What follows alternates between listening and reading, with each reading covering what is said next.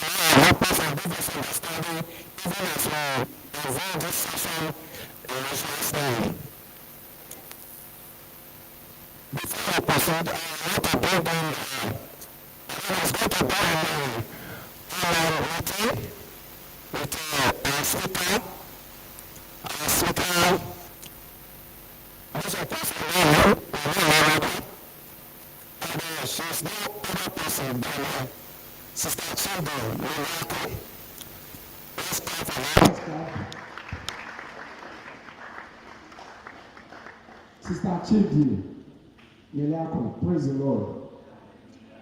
I want to quickly run a brief history of our speaker tonight. Which part of you? Okay.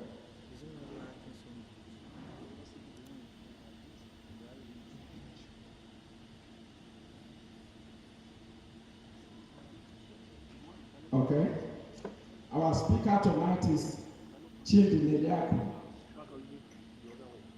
She is a seasoned multi-sectoral professional with a proven track record of delivery and excellence in a wide range of subject matters, programs and projects in the public sector, private sector, civil society, political sector, etc.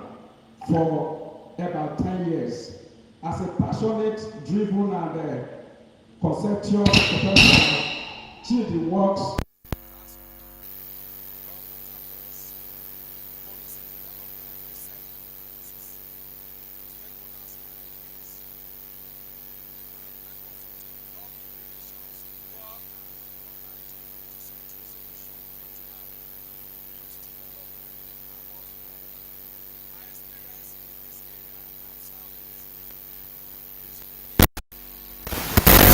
personal approach to eliminating issues, solving problems, engaging with multiple stakeholders for organization, success, and optimal social impact. Her education, she has a master's in law from the University of Stanford. Let's put her together.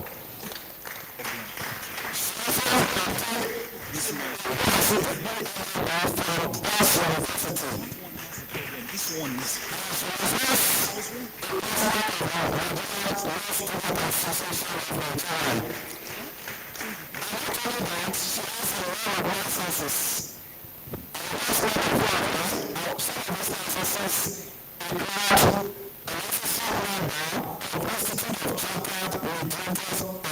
Is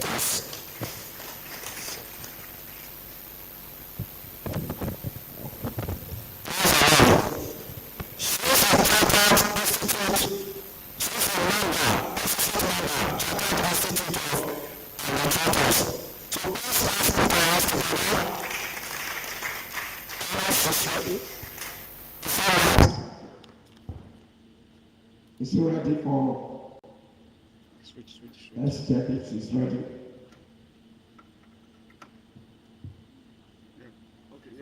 Okay. Please, let's make a good welcome of our sister, Chimdi Nidako, with a very big clap of him.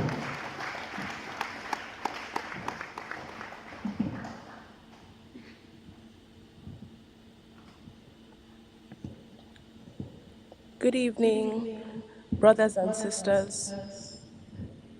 I'm not sure if I'm being heard.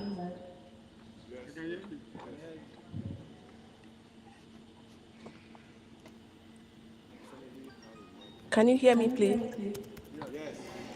Okay, fantastic. Perfect. Good evening once again. Good evening to the mommies and daddies in the house. And special good evening to our father in the faith, Radejo Olua. I'm not sure if he's, but regardless, I still greet and honor him this evening.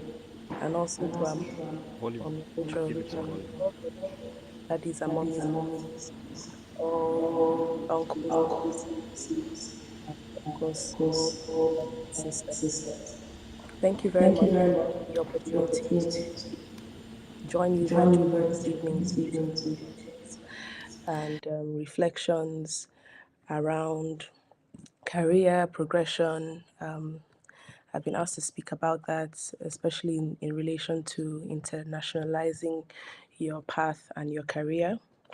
And I would have loved to be there in person, but unfortunately, I couldn't make it in person this time around due to some other constraints before the Lord. But I'm glad that I was able to still do this virtually. So I would like to keep this presentation as interactive as possible, and I had pleaded with the organizers to help to make this possible so that we can derive as much value as possible from the session. So I've been asked to, one, essentially share my journey, and of course, in doing that, I'd like to draw some lessons that I believe we can all sort of take from that. And then I would like us to take a few case studies from the audience, so that we can practicalize a lot of the things that we'll be talking about. So, like I said earlier, I'm supposed to speak about career progression, and how to let me specify the career progression within the public sector. So that's what I'll be doing. And before I go into what I'm doing now, I would really like to just trace a bit of a history of how my journey started and how this public sector career has sort of emerged for me. So I would say that for me, a lot of the things that I'm doing now have roots in things that I started doing much earlier on while I was in like secondary school and then university and then after that as well. And so for me, I started my, let me say, public sector career as the, let me say, student council president of my secondary school. I think before I served as student council president, I served as the treasurer of our student council then. And for me, I just saw it as an opportunity to not just be focused on school, but to be able to get different experiences and to be able to contribute to the affairs of the school. So when we had elections and there were offices published, I decided to just vie for the office of the treasurer. I think at the time my brother was running for president of the council as well, and by God's grace, we both won that election. And so I served as the treasurer. And then after serving as the treasurer, I became almost a de facto vice president because my brother then graduated, and before the next election was held, I found myself taking more of a bolder step in helping to spearhead and shape the affairs of the student council. I had a lot of ideas, and I wanted to see how they would come to fruition within the student council. And so I began to work with the rest of the council, the then vice president, and so many others.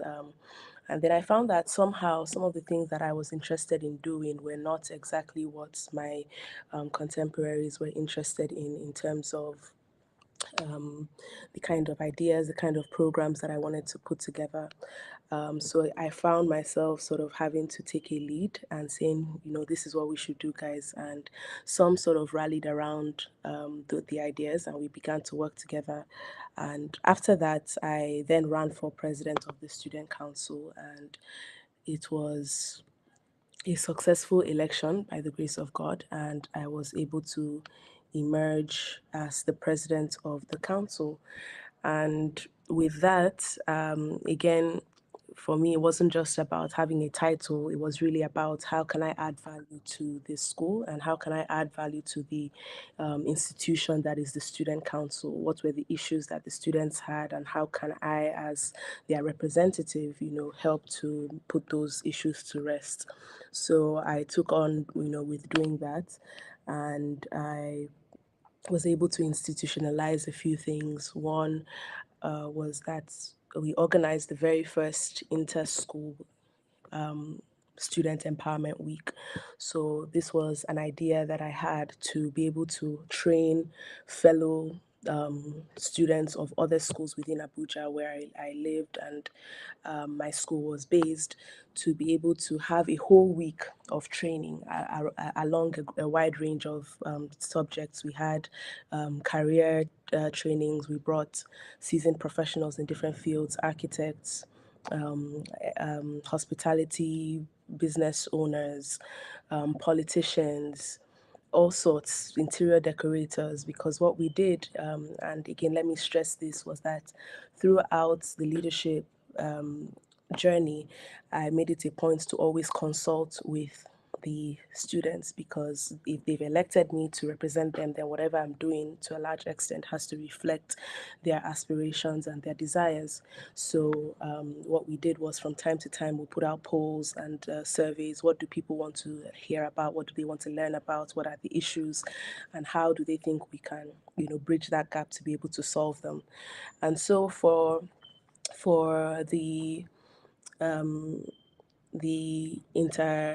inter-school student empowerment week, we then again asked what kind of interests, career paths do the students have, and then we did a poll, and then we took the professions that had the most interest, and then we sought out the best people in those fields to actually come and talk to the students about how to excel in the fields, how they did it, how they became excellent at their craft. We looked for the very best. We brought, in terms of those who were interested in fashion, we brought the very best. I don't know how many of you know Vodi. He makes like one of the best kaftans and all that. He sews for all the big politicians, their agbadas and all of that. In the area of education, we brought another fantastic lady, Mrs. M.M. Opashi.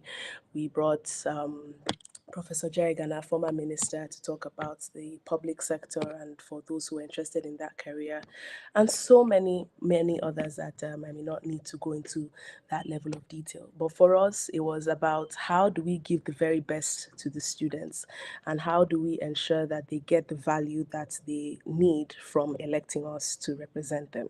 And so we did that, and something interesting, when we're looking for who will speak around just general issues of youth development, societal issues, and just the general character base of being a successful adult.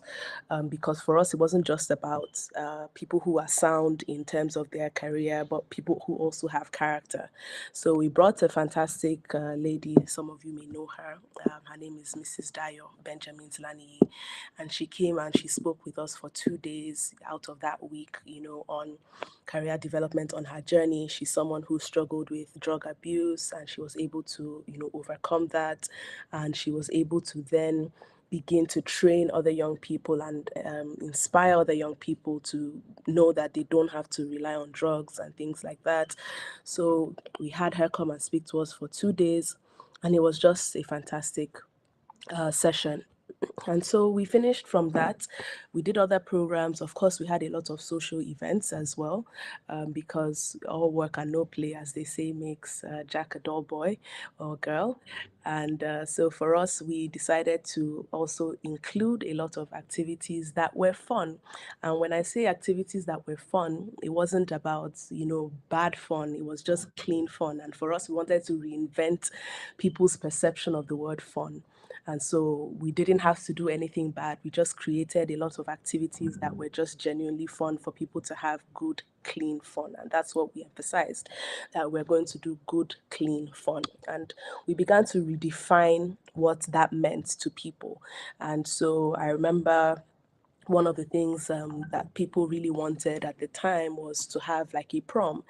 And for us, because we were in a Christian school, there were a lot of negative perceptions around the word prom, and people thinking it's about boyfriend and girlfriend and all of that.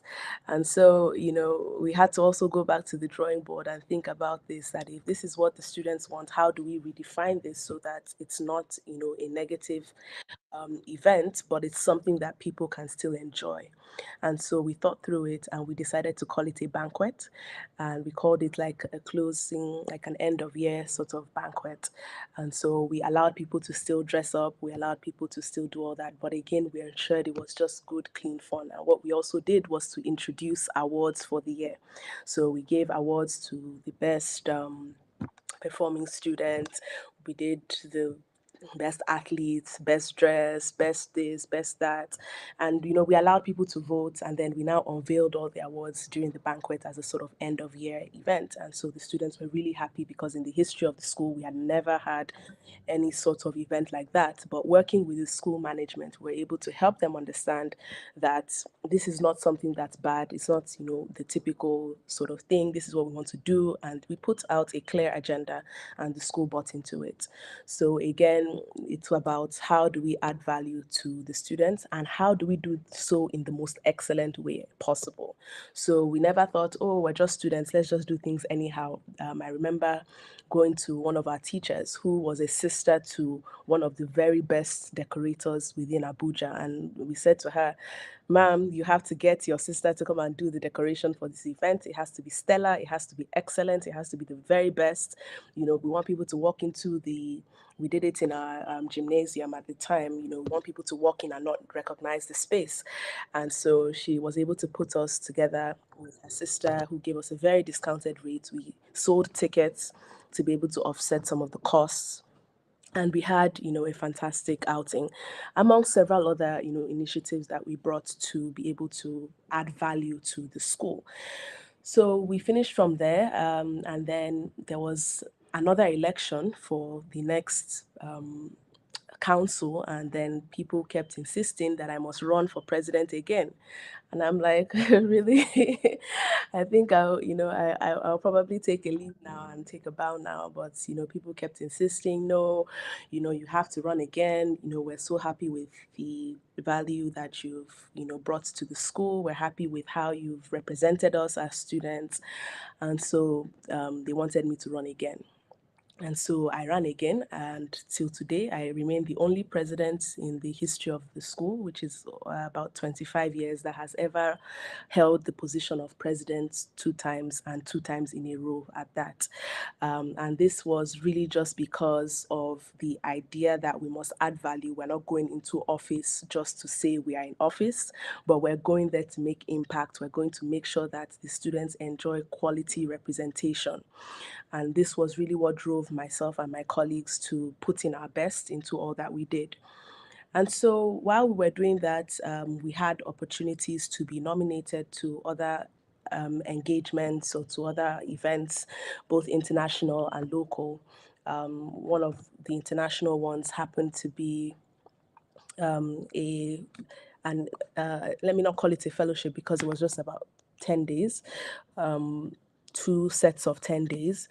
But we had what they call the National Youth Leadership Conference, NYLC. It's a, a summer program for aspiring or emerging leaders from across the world who are able to come to the US and undergo this training on leadership. So the base of it is leadership, but then leadership in various aspects. So we had people do leadership in public health, leadership in business, leadership in culinary arts, and all sorts of different tracks. So I, being quite business inclined at the time, I was running a bakery and doing some other business ventures. I think I've always been sort of entrepreneurial, and somehow I've just found myself being, driven to make stuff out of stuff, if I should put it that way. And so I went for the training, and something really struck me. So, of course, it was a fantastic training. Mine was in New York. We went to the very best institutions. We went to, all these places to just learn and understand how leadership worked there. And towards the end of the program, I think what was really very defining for me was when what they call TAs. I think team administrators or assistants, it escapes my mind right now.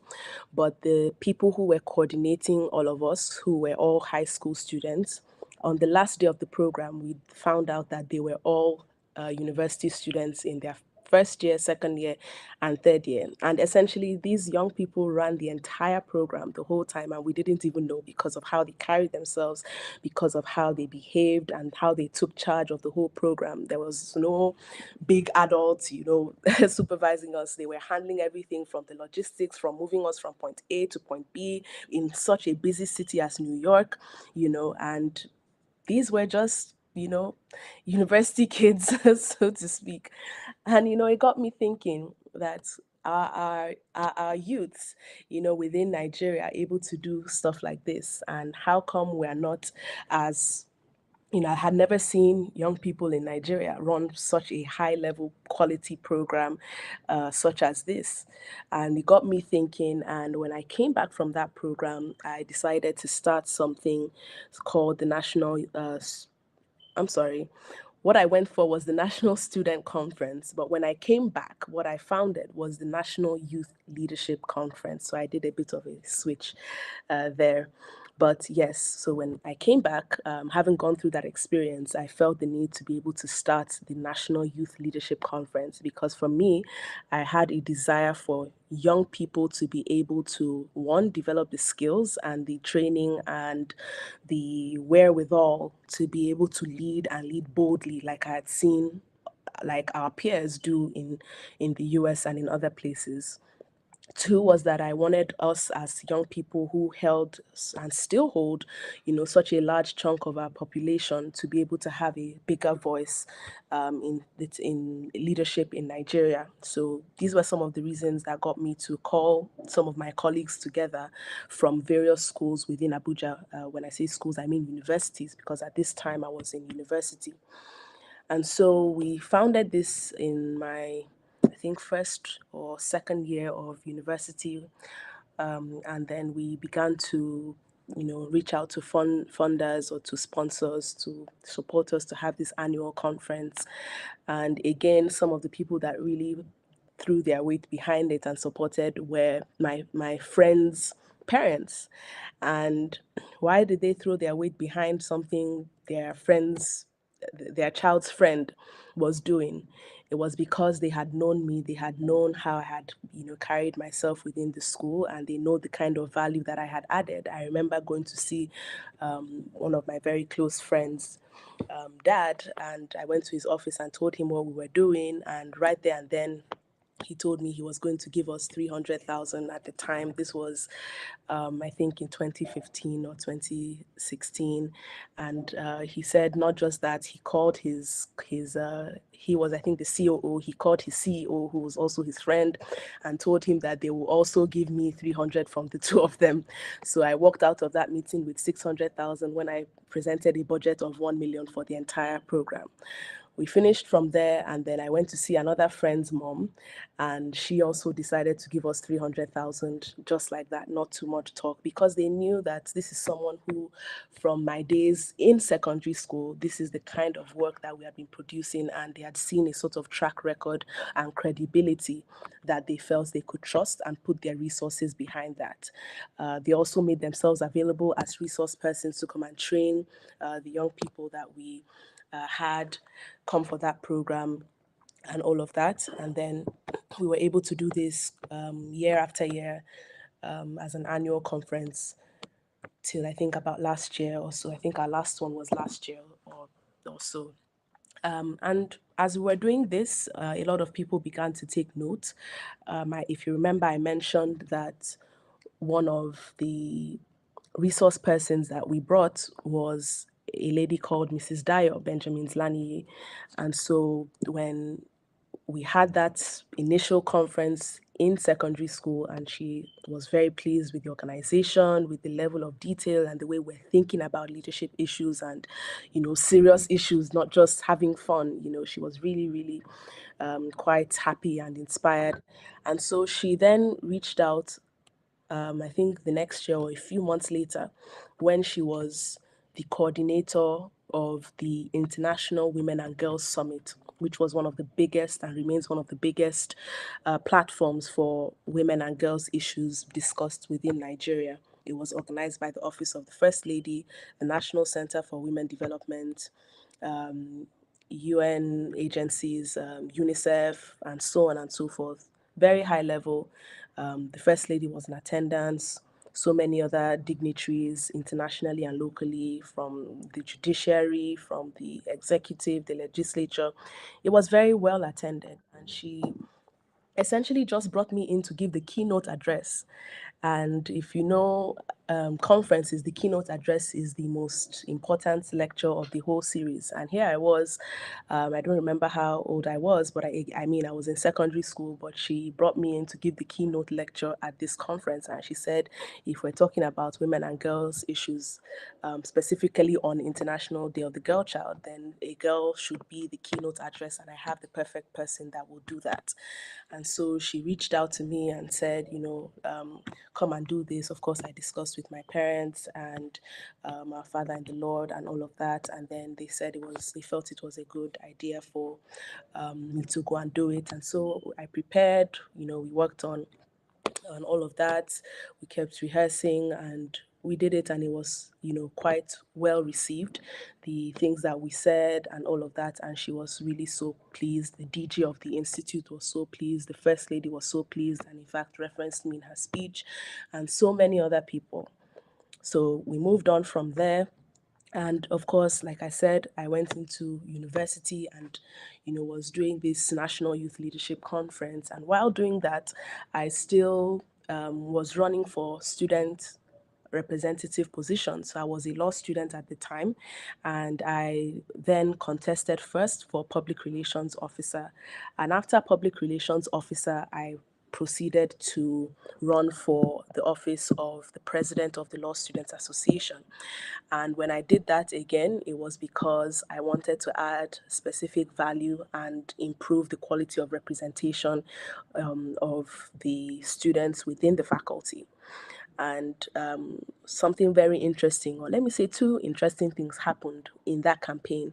My election was one of the toughest and remains one of the toughest elections that the Law Students Association in my university has ever had.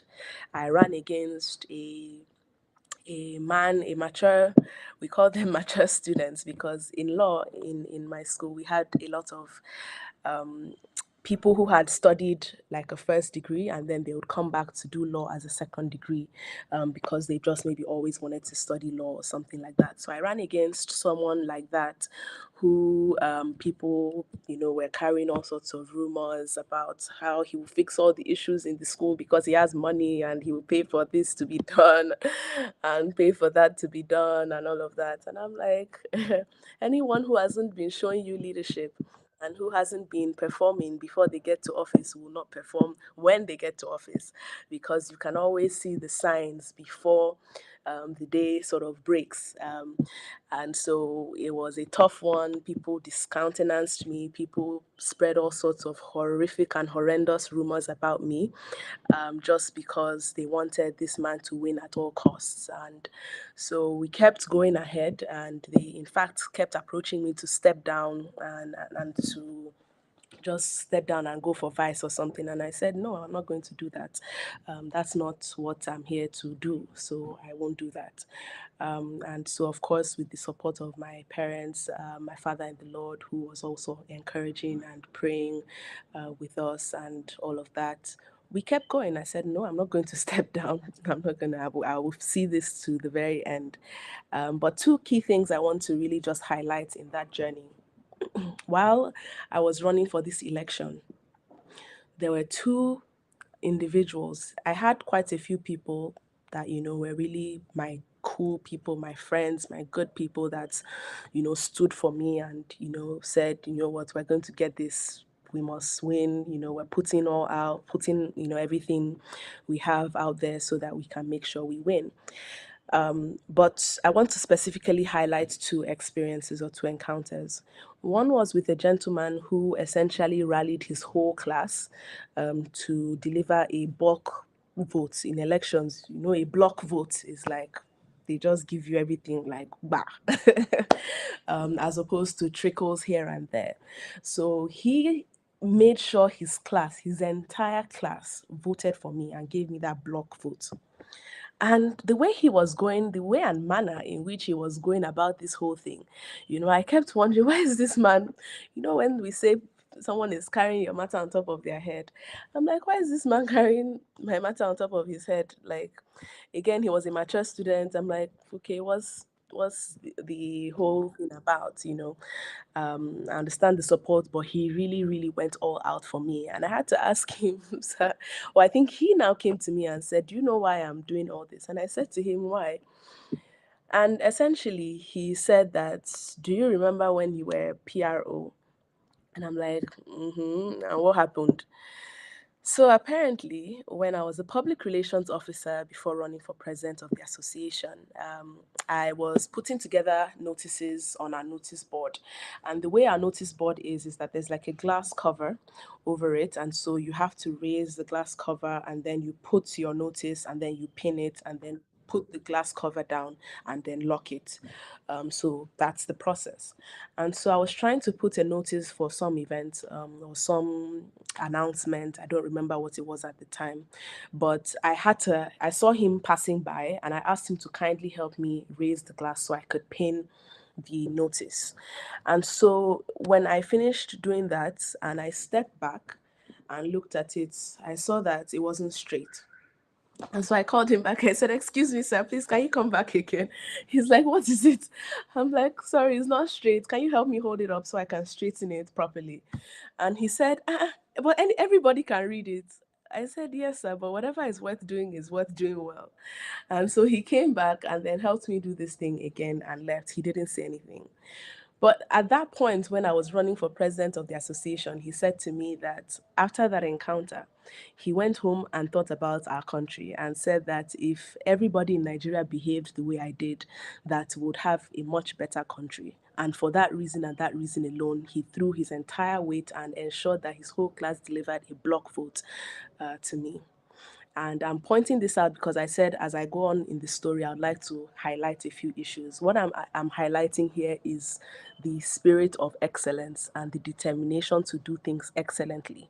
And I hope that throughout these stories that I've been sharing, you see how at every point in time, the Lord has helped me to strive to aim for excellence and perfection in everything that I do. And so he said that that was why he was going to support me. The second person that I wanted to highlight, again, another student another mature student, as we called them at the time, who really threw his weight again behind me and was, asking, what do I need, rallying colleagues, just being super supportive and even offering to fund certain elements of my campaign. But at the time, I didn't need the funding for this election. And so I told him, thank you very much, sir, but I'm good for now. But if we need anything, I'll definitely let you know. Because I had friends who offered to do my posters. They did my posters. They did all sorts of things. So at that time, I didn't really need the money, and I wasn't going to collect money just because it was thrown at me. So I thanked him very much, but said, I was good. And I just appreciated him for his support. And he said to me that when he first joined the school, that the faculty officer had given him my number and asked him to reach out to me for anything I needed in terms of where he could get books, what he can do, things like that, because he was joining in as a second year student and I think joining in the middle of the semester or something. So honestly speaking, I really don't even remember doing all this for him. But according to him, he said, I was very supportive. I really helped him. I gave him all he needed. I showed him around. I did this, I did that. And I'm like, oh, I'm glad, I was able to help. Because for me, I didn't even think about it as a big deal. I just felt if somebody needed help, then I will help them. And so again, this is something else. At the time when I was doing that, I wasn't even an elected official. It was not my responsibility to do that for anybody. But I felt if I could help, I didn't know who even sent my number. I didn't, but I just felt, if I'm able to, why not? And this is something that I've always sort of strived to do, or I strive to do, to just help people and just be there for people as much as possible. And you can't do everything, you can't solve everybody's problems, but the ones that are within your reach, why not? It doesn't take anything away from you, and even if it does, God will still replenish. So again, this was another reason that he said he was going to throw his complete weight behind me. And so we finished, by God's grace, we won that election and another series of battles, which I believe when I look back today were really just preparations for the journey ahead. I had a very turbulent sort of experience in student politics with, all sorts of um, detractors trying to do all sorts of things. I had a few even within my cabinet who were always trying to sidestep and to, bring me down in one way or the other. But we thank God for wisdom and we thank God for the journey and what it taught us and how it has prepared us for our public sector journey today, because all those things I was seeing were just a microcosm of leadership and the public sector today. And so we went through all that by God's grace. We were able to deliver, amazing results. For those in the audience who are law students or are lawyers, you know that most universities, I think if not all, have a law week and a law dinner. We really redefined the law week in my tenure. We didn't do a lot of the old things that people had done before. We introduced a lot of things. Instead of a cultural night, we had an international night where we brought embassies from various countries: Argentina, the USA, Japan. We wrote to all embassies and then we just said, well, whichever ones respond. And a lot of them showed up. They brought food from their countries. They dressed up. They brought their flags. And so we had like a mini exhibition. We had them perform different things. It was a fantastic event, very well attended. The diplomats came. They spoke to the students. And so we just wanted to do everything differently. And we wanted there to be a mark that, we did things differently and we did so excellently. In terms of our law dinner, we had one of the most well attended law dinners in the history till today. And we thank God for that, because He granted me exceeding favor with reaching out to people and just allowing them to respond favorably to our requests. We were able to raise a lot of funds. We were able to get a lot of people to attend. We had at the time the Minister of Petroleum. If you know Nigeria, the Minister of Petroleum is almost after the president, and he came. He came and he spent time there. He encouraged us.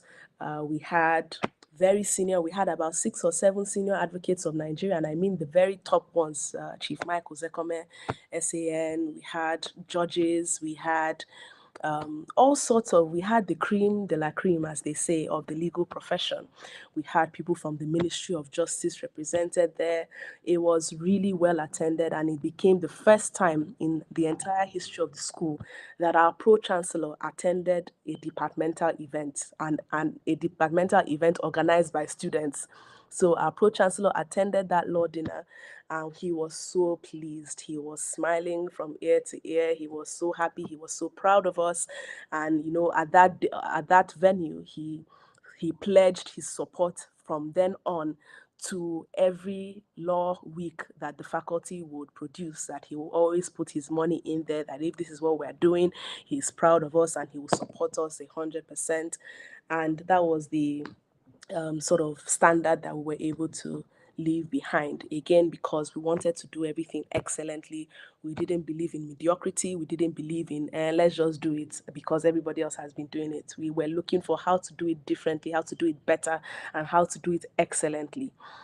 So we finished from all of that by the grace of God, regardless of all these activities, be it organizing the National Youth Leadership Conference every year, the student politics. I was also focused on my studies, and I ended up graduating as the best graduating student of the law faculty at the time. And I say that I could not have done that without the grace of God. And I mean that in every sense of the word, without his leading, his direction, his guidance, his wisdom.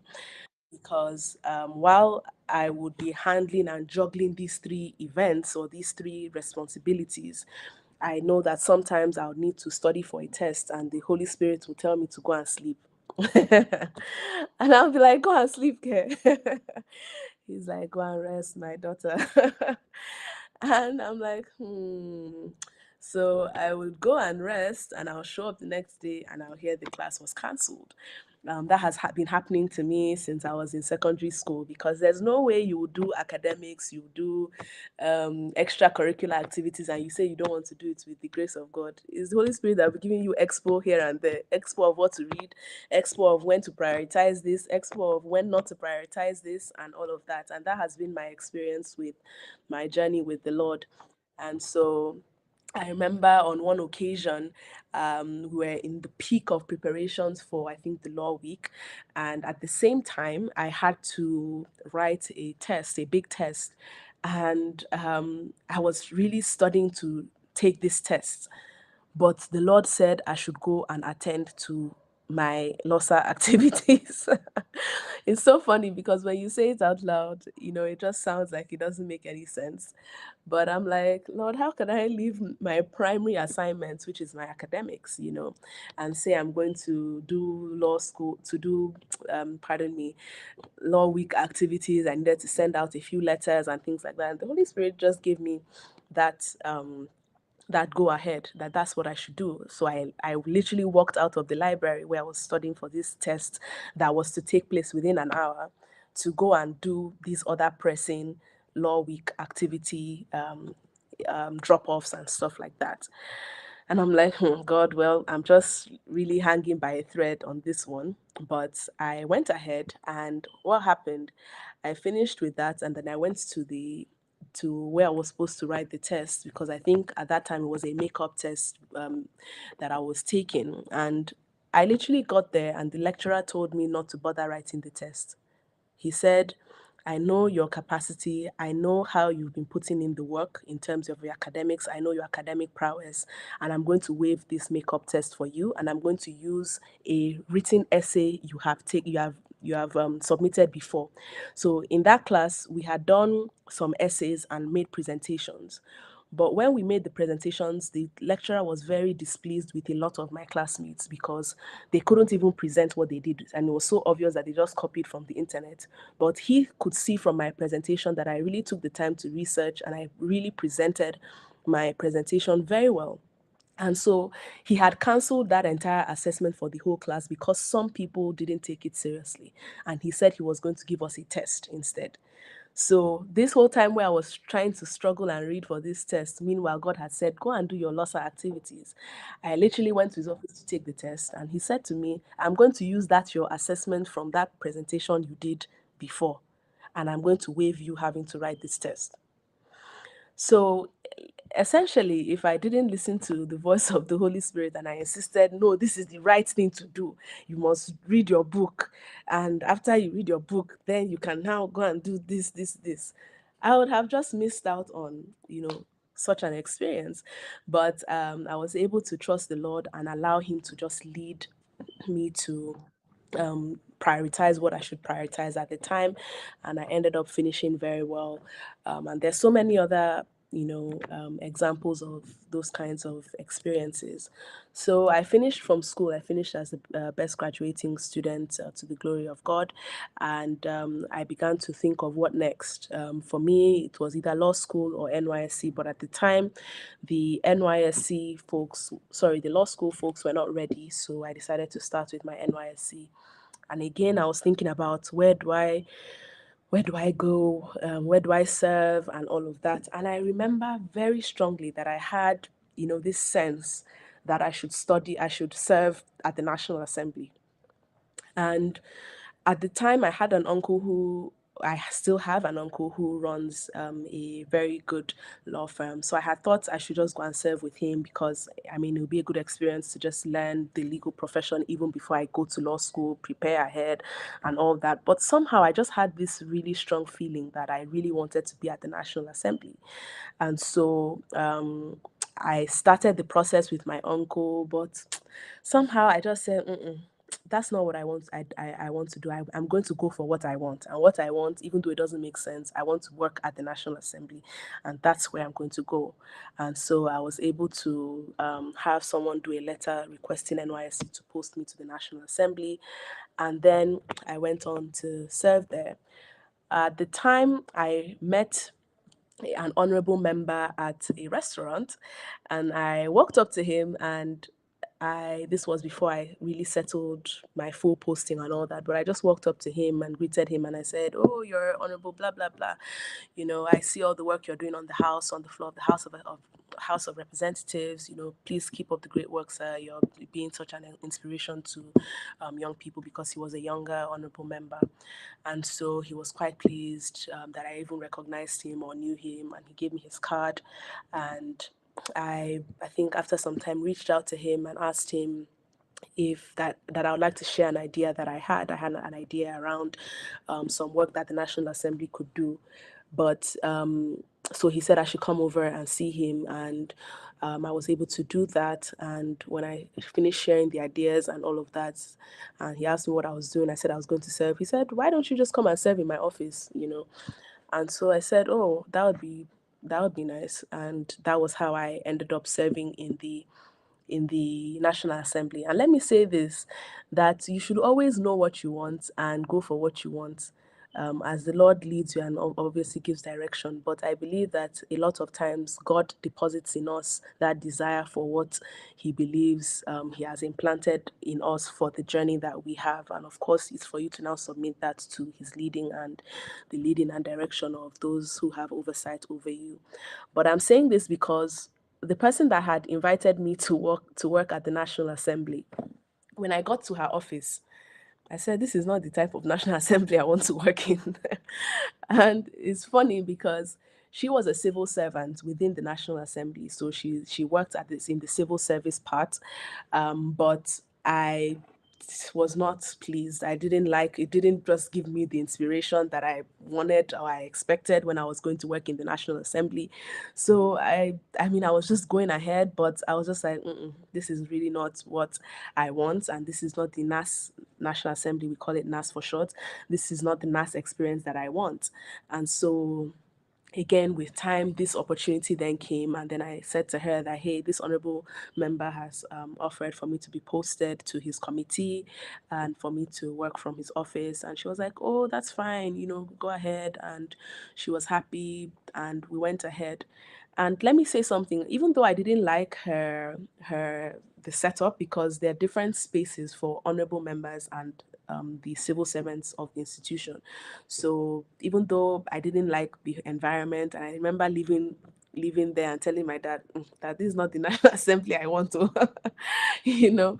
So even though that was the case, I know that she was a very nice person, and all the coppers under her were enjoying a lot. She would give them money. She was such a kind person. She's such an amazing person. But it just wasn't what I wanted. So even though my friends that were serving there, she was always giving them money, they would go for oversight because she was the clerk of a very important committee that they were always having trips, always having money, but it just wasn't what I had in mind, and I wasn't going to do it just because they were sharing money there and all of that. So again, I started working with this honorable member who wasn't even paying, that much, to be honest.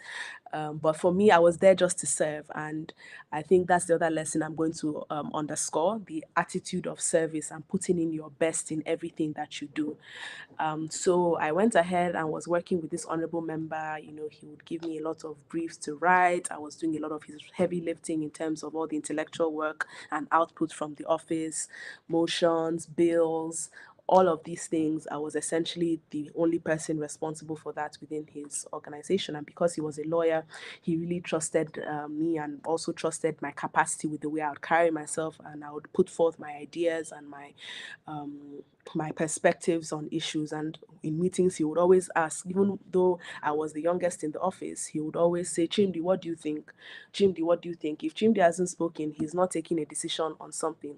And that's because he had seen the credibility and the track record in all the work, and the level of detail and excellence that I had put into my work. And so we continued with our relationship, working together when I was at a friend's birthday. And she's an older friend of mine. I think she's about maybe 10, 15 years my senior, but we're very good friends. And so she had said to me, oh, I think it was her 35th birthday at the time, and she was having like a big thing, and there were a lot of accomplished people in the hall and all that. And so we're all just mixing and talking and chatting when people were like, oh, yes, Chimbi, you work at the National Assembly. Oh, there's someone you really need to meet. That, oh, you all will get along so well because, you're doing similar things. You have a similar approach to public service and all of that. And so as they were speaking about this person literally just walked into the party, and they're like, oh, wow, speak of the angel, we're just talking about you. They introduced us. He gave me his card. He said, okay, let's have a quick chat. What are you doing? I told him, I'm working with XYZ honorable member. He was working with senior leadership of the National Assembly at the time. And so, that was how the journey started. We began to do a lot of work together in terms of the public sector, the public service within the National Assembly and beyond. And that was just increasing my understanding of the National Assembly, the public sector, increasing my exposure to understand the inner workings of government and all of that. And so we're doing all this. And I remember when I had an idea. I had an idea to organize a training for aspiring legislators. And so I said to my then boss at the time, I have this idea. I really think we should do this. He was in a forum called the Young Parliamentarians Forum at the time. And I said to him, let's set up this initiative where we train young aspiring legislators that would be domiciled in the Young Parliamentarians Forum, because as the Young Parliamentarians Forum, you all have had it rough. You've gotten into office with little to no mentorship. You've gotten it, by having to struggle and fight your way through, because that was the story of the legislator I was working with at the time. And so he said, okay, yes, but we didn't quite, he wasn't really ready to take up, the initiative, or to actually set it up at the time. But what is interesting is that same gentleman that I mentioned, my friends introduced us at my friend's birthday, walks up to me one day and says he's thinking of an idea to train aspiring legislators that he has this assignment where he's supposed to, deliver on this, and he has just been thinking about how to phrase it and all of that. And I just laughed and pulled out a proposal that I had written on the same initiative that I had shared with my boss at the time. And he was like, "Oh my gosh, this is amazing! We really have to work on this together." We pulled together a team, and we were able to start the process of setting up what we now call the Legislative Mentorship Initiative. I was privileged to serve as the first program manager, and after that, I was promoted to serve as the director of the program, spearheading the entire process of training aspiring legislators to lead within the public sector, especially for those who want to become parliamentarians. And so that was a whole other experience in itself, navigating the bureaucracy, dealing with DGs, ministers, vice presidents, all sorts of, the high and mighty in the land, on this project behind the backing of our founder. And so we did all of this, and for me, I look back and I see that all those things I was doing in the past, organizing events in secondary school. I told you we organized the first inter-school student empowerment week for students of different schools within Abuja. That's what I was doing in secondary school. We got to university. I was organizing National Youth Leadership Conference every year. After that, I joined my parents when we organized the student internship program, where we were organizing a residential fellowship for young people interested in leadership and all of that. So you look at all these things I was doing in the past 10 years, all culminated in this experience where I have the track record to be able to lead a national program such as the one I currently lead, to be able to train young people on a bigger, larger scale. And I took my time to explain this whole thing because so much has happened before we got to this point. Preparation takes time. Preparation takes you starting from small, and the Bible says don't forget the days of humble beginnings. Those humble beginnings are super important. I was told to talk about how I got into the international space, but I decided to start from the local, because before you get to the international space, you must start with the local. You must start with your immediate community. You must make an impact. You must add value to your immediate community before you can add value to the nation. If you look at the life of David, he was tending his father's sheep. And then from there, other things followed. So nobody just wakes up and becomes, a public sector leader. You have to go through a process. And it's about how your stewardship of that process and the attitude that you have towards that process, about learning, about improving on yourself, about making sure that whatever is left in your hand or is committed in your hand is safe, and it will be treated with the respect and regard and excellence that is required of that thing that has been committed into your hand. And so that is how I got there. And I want to now also highlight a few other issues. One is about networking and exposure. Networking and exposure are super important because networking will also help you to will allow God have a myriad of opportunities to be able to give you different opportunities. If I was not a people's person doesn't mean you have to be, all over the place. I'm not all over the place. But if you're a people's person that knows how to engage people, that knows how to add value to others, that knows how to cultivate relationships, relationships are the live wire of life. Relationships. So if you're able to cultivate these relationships, you see that a lot of value comes out of them. If I didn't have a relationship with this, my friend who I said I went for her birthday, she would not have invited me. When I got there and I saw her other friends, and some of which are mutual friends of mine, they wouldn't have said, "Oh, let me introduce you to this person." So that's one lesson. We must be socially responsive enough. As much as we are Christians and we are supposed to have a level of separation, we are also supposed to understand where we are and understand our society and be able to easily maneuver and find our way through any audience, any audience. If they put you in a room, you should be able to strike up a conversation with anybody. And that means you also have to study and be well read and well versed on a lot of issues. So if you find yourself in this room in XYZ country on XYZ issue, you should be able to contribute one or two things to the conversation.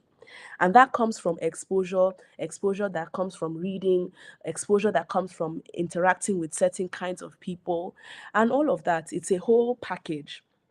And so, let me just quickly talk about how I became a World Economic Forum Global Shaper, because I was asked to speak about that. Again, while I was doing all these student activities and all of that, the Global Shapers community in Abuja came to my school, and I remember hitting it off with, I think, their then leader or one of their leaders or something.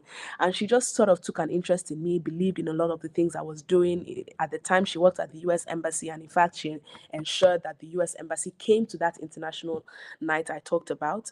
And so she told me about the community. This is the World Economic Forum Global Shapers. We do this, we do that. And she encouraged me to join and all of that.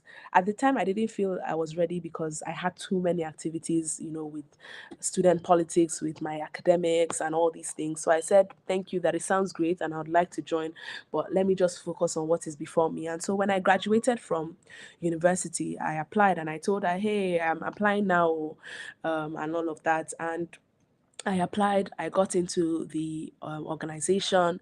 I got there and I was immediately looking at how do I add value. I remember there was a time we were organizing, we had a grant of about, I think, $10,000 at the time to do a tree planting project within Abuja, because we won a grant. And so the team that was leading that project, because I was a new shaper at the time, I had just joined the organization, but then the leadership of the program or the project, asked, can someone please help us do XYZ? It was one long, tedious task, having to sift through lots of documents and extract the important points. And again, I said, why not? Let me do it. And so I offered to do it. I took my time. I did an excellent job by the grace of God, and I turned in that work. Immediately I turned in that work, they asked me to come and be the co-chair of that tree planting initiative. So immediately I became the co-chair of our climate and environment initiative, delivering on one of our biggest projects at the time. And so we did a fantastic job. I brought in new ideas about how to revolutionize the project and the idea. And we did all this. It led to the next thing, where I was now asked to run for vice curator. I finished serving as vice curator. I was then nominated to run for curator. Curator is like the president of the group or the organization. And then I ran. I currently serve as the curator. Glory to God for his grace to allow me rise to the very top of the organization. And by the time I'm done with my tenure, it's just for me to go and retire and be an elder stateswoman in the organization. But essentially, all this started because of a relationship. I wouldn't have known the organization existed if I wasn't in a room and doing the sort of things that piqued the interest of this person that told me about it. So I'll also like to talk about the African Union, because I currently represent Nigeria on the African Union Youth Reference Committee. And again, this came up because, one, I had built a track record in youth leadership development. I have been able to gather over 10 years of experience. I think I should be on my 12th year now or so, on youth leadership development. And so when this thing came up, I had several people even sending it to me. Oh, did you see this opportunity? You should apply, you should apply, you should apply. You're going to be a perfect fit for this, and so on and so forth. And so I looked through it and I thought it fits into where I was going. And again, I'm going to pause here and bring out another value. You should always know where you're going. And I want you to, if you don't leave with anything today, I want you to leave with the question, where am I going? If you don't have any sense of direction as to where you're going, you find yourself being tossed to and fro on every wind of doctrine, as the Bible says, because you find yourself in this area, in that area. And it's okay, at the beginning of your career to want to do different things. I consider myself a multi-hyphenate because I have a lot of diverse interests, but it's almost like a pyramid where you start out wide and then you keep going to the top and so on. But even as you have a lot of interest, you must always understand, where are you going? Where are you going? What is your focus? What do you want to achieve? What is God has God brought you to this life to do? You have to understand that, because if not, opportunities will come and you will not know which one fits into it and which doesn't fit into it. By the grace of God, once you begin to build a track record of excellence, people will always look for you. People will be pulling you in all sorts of directions because they know when you come, you will add value to their project, you will add value to their office, you will add value to their work, and all of that. But if you keep doing that, you just see people pulling you this way. Come on, Chimdi, come and do this for me. Chimdi, come and do this for me. That. But you have to ask yourself, how does this fit into where I am going? And so it got to a point where I had to really refine and define, where am I going? And so if an opportunity comes, I'm easily able to say, this doesn't fit into where I'm going, or this fits into where I'm going. Of course, all under, the guidance of the Holy Spirit, because we can't know everything. But it gives you a certain level of, directness and sharpness as to what you want to do. And again, this will come over time, but I want you to really just have that question always ringing in your ear. Where am I going? So that you can be very sharp, you can understand where you're going, and you can work towards it. And so back to the African Union story. So when people were asking me to go for this, because again, I had built a track record over the years in this area of youth leadership development, I was able to put forward a strong application to the African Union, under the Office of the Youth Envoy, on why I should be the one selected to represent Nigeria. And by the grace of God, I was written back to, and I had a lot of people who were able to speak for me at those levels as well.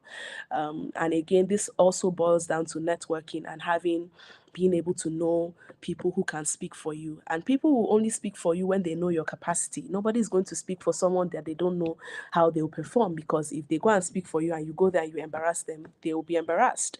So, by God's grace, I had people that were able to know my track record and were able to speak for me and say, this lady um, should be selected to represent the country on this committee and all of that. And of course, with the prayers of my parents, myself, my father in the Lord, and all of that, by the grace of God, I was selected to represent the country on this committee, where we're amplifying the voices of all of Africans' youth. Though I'm Nigerian, I am representing all of Africa's young people on this committee, and we're working very closely with the AU to be able to put together policies, programs, and all of that, for young people. Very recently, I was selected to chair the thematic group on governance, peace, and security within that committee.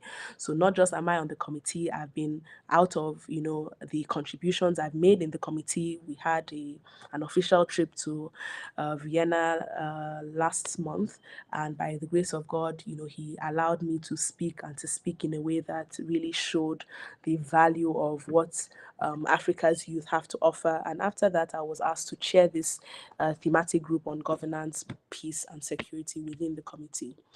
So again, I'm saying all these things because it all started from somewhere. I could have just come here and said, "Oh, this, and you should do this or you should do that." But I really wanted you to understand that all this started from somewhere, and it started, years ago, over a decade ago, being consistent, trying to put excellence in everything that I do, trying to form and keep good relationships. Keeping good relationships is not just by calling people to say hi, how are you, or sending message hi, hi, hi, hi, hi. People are busy people. Keeping relationships is also about adding value to people's lives and saying to them, how you can improve, being someone that when you get into a room, you are able to give ideas, you're able to contribute meaningfully to conversations and bring perspectives that people have not seen. And that has really been my journey, and that is what has led me here. And I want to say that a lot of these things really picked up as my relationship with the Lord took another dimension, because it's one thing for us as young people born into a home where you have Christian parents to be in that sort of yes, okay, we know we're Christians, but really a lot of this really happened and crystallized when I began to have my own relationship with the Lord. And I explained how during certain things he would give me guidance on how to approach issues. Until today, that is still my principle. Before I get up on any stage, and I mean any stage, I pray and ask the Lord, Lord, what do I say? And I say to him, Father, please speak through me. Let them not hear me in what I'm saying, let them hear you in all I'm saying. And I say, give me direction on how to convey this and all of that, because at the end of the day, I'm not just there for myself. I'm there as an ambassador of the kingdom. I'm there as an ambassador of my continent, and I'm there as an ambassador of my country. So I carry these three things with me wherever I go: Christ, Africa, Nigeria. That's my focus. And so that has really been what I've held on to throughout this. Just in terms of very practical next steps, I would say that one, be very consistent in all that you do. Build a track record of credibility in whatever it is that you want to do. Look for ways to expand your horizon, develop yourself, get more training, get yourself into places where you see people, take classes, go to conferences, do all these things. Allow the Lord to lead you into spaces that you'd never felt you would, go to. And also, you learn by doing. The things that I do today are not because I read them in any book. It's because I've been doing this for quite some time. And so when I stand and I'm leading a national program of young people, training young people, a lot of the things are because I did these same things 10 years ago, 5 years ago, 7 years ago, and so on and so forth. And that's how I was able to build a track record. And when certain issues come up, I can already preempt them. I can already see in advance that this may happen because I've gone through it before. The mistakes I made in the past, I won't make them today. And because I started early, I had a smaller ground to be able to make mistakes, so that when I'm at the larger stage like this, I'm not having to make those, mistakes that I would have made at the earlier start of my career. So I really want to encourage you to find whatever it is and just do something. I say leadership is a doing word, it's a verb. You can only lead by leading. If you're interested in the public sector, go and find someone. It could be a local government chairman, it could be a PEMSEC, it could be a commissioner, it could be a civil servant. Go and find someone and say, I want to just learn from you. Don't go there asking for money. Again, if you're a volunteer without asking for anything. If you go to anybody and you're asking for this, you're asking for that, you already diminish your value before you've opened your mouth to talk about any value you're going to add. Just go and offer your time. Except they say they are looking for someone who can do the job, or you've built yourself to a place where you can offer a service, and you're saying to them, "Oh, I've observed this gap in your office or whatever, and I think I can feel it, and this is what it will cost." That's fine if you're a professional, you've built yourself. But if you're at the early start of your career, you really just want to learn, just go and throw yourself behind people. Go and learn. Go and put yourself there and let them teach you everything they know. And from there, just serve with all your heart and all your might. Serve with an attitude of excellence, that they will say, this guy, I've never seen anybody that can sweep like this. I've never seen anybody that can do this. I've never seen anybody that.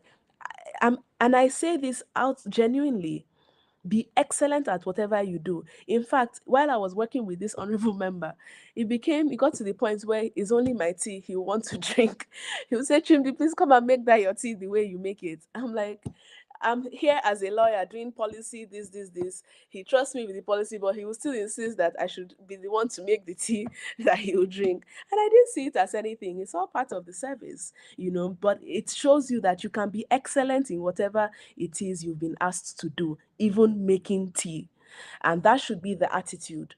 Whatever it is that is committed into my hand, I will do it, and do it excellently, and let that work speak for me, even when I'm in rooms even when my name is mentioned in a room that I'm not. So again, preparation is really just precept upon precept, line upon line. You keep building, you keep growing, you keep learning, but you must do so consciously. I've found that a lot of people get into spaces, they get into experiences, and they don't pause to think about and reflect on what it is that has taken place. If you go into a new space, think about it. How did they do this? How did they come up with this idea? Don't just see it and go. You'll be doing yourself a huge disservice. Think about it, pause, How did they come about this? How did this idea? Be someone that has a curious mind. Ask questions. Ask yourself questions. Ask people questions. And use that to develop yourself, learn how things are done. And then by the time you're showcasing this somewhere else, people are not going to know where you learned it from. The knowledge is for yourself. So I just want to encourage you to do that. And then finally, of course, I've talked about service and serving with heart and might. I also want to say that in your journey, you should always set what I call traps for yourself. There are certain prayers that I've prayed and I've been praying early on in my journey in the faith, and I'm still praying, about the Lord always having his way in my life and always leading me in the direction that he wants me to go. It will not always be easy. Sometimes you will fight it, you will hate it, you say I don't want it, you do this, you do that. But I tell you that those prayers are the things that will keep you. I think it was Uncle Isaac a long time ago, Uncle Isaac Eze, that told me about this many, many, many years ago. And he said to me that you should start now early on in your relationship with the Lord to set prayers ahead. I call them traps because it's something that I believe no matter what, these prayers I've already given myself to the Lord. I've already said, Lord, no matter what, to me and you is till death do us part. In fact, death can't even do us part because we're going to finish from here and move on to the next journey. So even when you go through difficult times and you go through things that are not easy and not palatable, I still find that the Lord always draws me in one way or the other. And I just wanted to also share that as something that everybody will need, especially if you're going to go into the public sector space. It's not a space you go into with your eyes closed. You have to be very fortified. You meet all sorts of people, you meet all sorts of things, navigating with people from all sorts of altars, managing all sorts of people and temperaments. You need God's grace, you need God's protection, you need God's wisdom. So this is the time to start sowing ahead in prayers that God will keep you in the right direction. God will guide you on how to do things and how to carry yourself. I know my time is up, but I also want to talk about how you carry yourself. Your appearance. Take how you dress very seriously. We always say how you dress is the way you'll be addressed. It doesn't have to do with how much money you have. It has to do with one, how clean and neat you are. It has to do with how you put your clothes together. Go and study. Fashion is not that hard. Go and look online. Google is everybody's friend. Google how do you pair suits, color code, this. Go and look Pinterest. Look at all these things. Learn how to dress nicely. I tell you that just the way you dress alone can introduce you to any audience. Just last week, we were at an engagement with the Deputy Speaker of the House of Representatives, where in the middle of his talk, he singled me out and said to the class, because he was talking to the fellows of our institute, and he said to them that the way you dress is how you should be addressed. And he said, look at your director, that the way she's dressed, the president of this country, in fact, the president of America would listen to her. There's no room she will walk in the way she's dressed that nobody will listen to her and take her seriously. And that came out of nowhere. I didn't even think he took notice of how I was dressed because we just welcomed him, brought him into the class. He didn't say anything apart from the good morning, sir, and all of that. And that was what he said. But these things are super important because these are the things that open the doors even before you've opened your mouth. I had not given him any big speech, I had not said anything, but just the appearance alone had already opened that.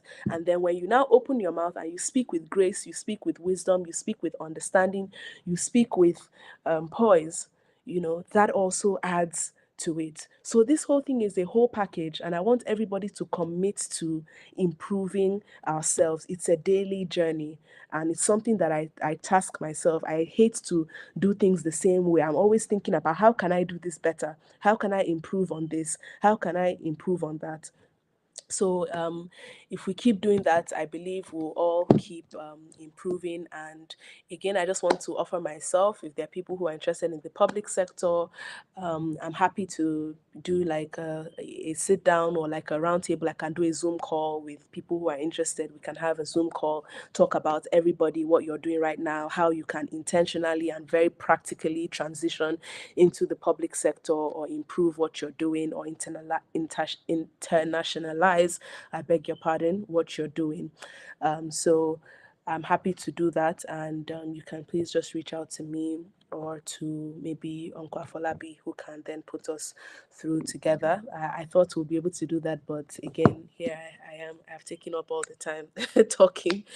But I just want to thank you for listening, and I thank the organizers for the opportunity to share some reflections, thoughts, lessons that the Lord has taught me throughout my career, and I hope that it has added value. I've tried to make it as practicable or as practical as possible, and I hope that you've been able to derive value from this session. Thank you very much, and God bless you. Just one more thing. While I was preparing this, the song "These Are the Days of Elijah" was coming to me just before I took the stage. I actually planned to start with it, but it escaped my mind, but just came back. So maybe the Lord is saying something to us. I'm not sure if it's the lyrics or if He actually wants us to sing it, but I will just say these are the days of Elijah, and I'll leave it to uncles and aunties in the house to perhaps coordinate from there on if we should sing or do something else. I'm not sure if I'm able to take any questions. I'm happy to, but again, that's subject to the organizers and how much time they are able to give to me. Thank you very much, and I will stop here.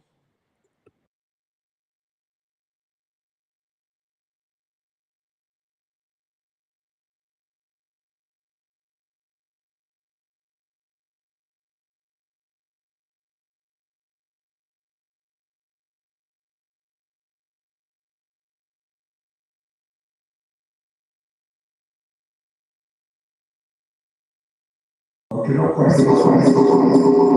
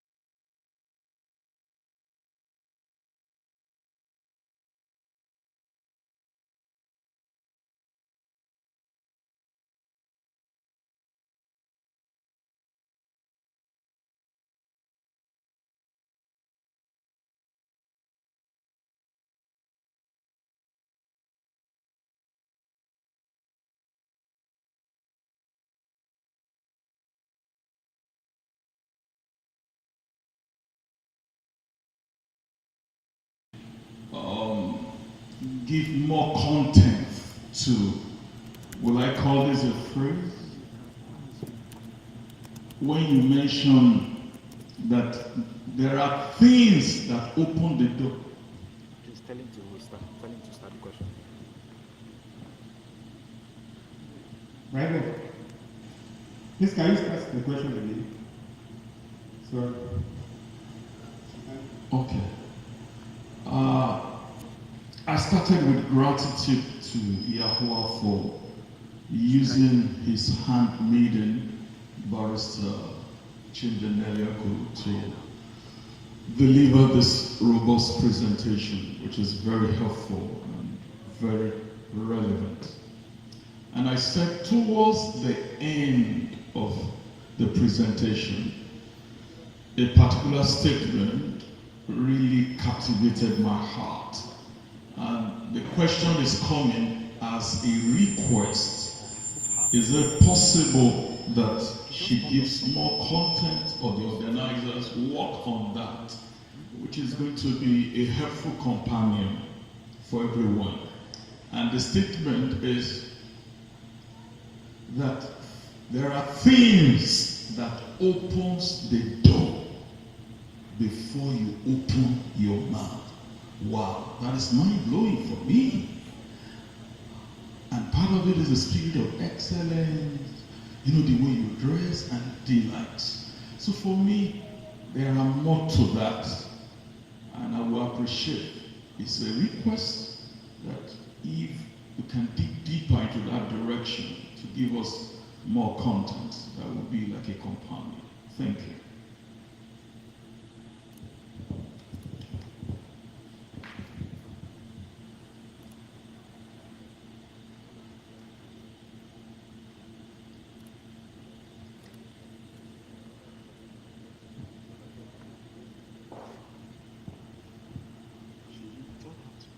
You don't have to respond.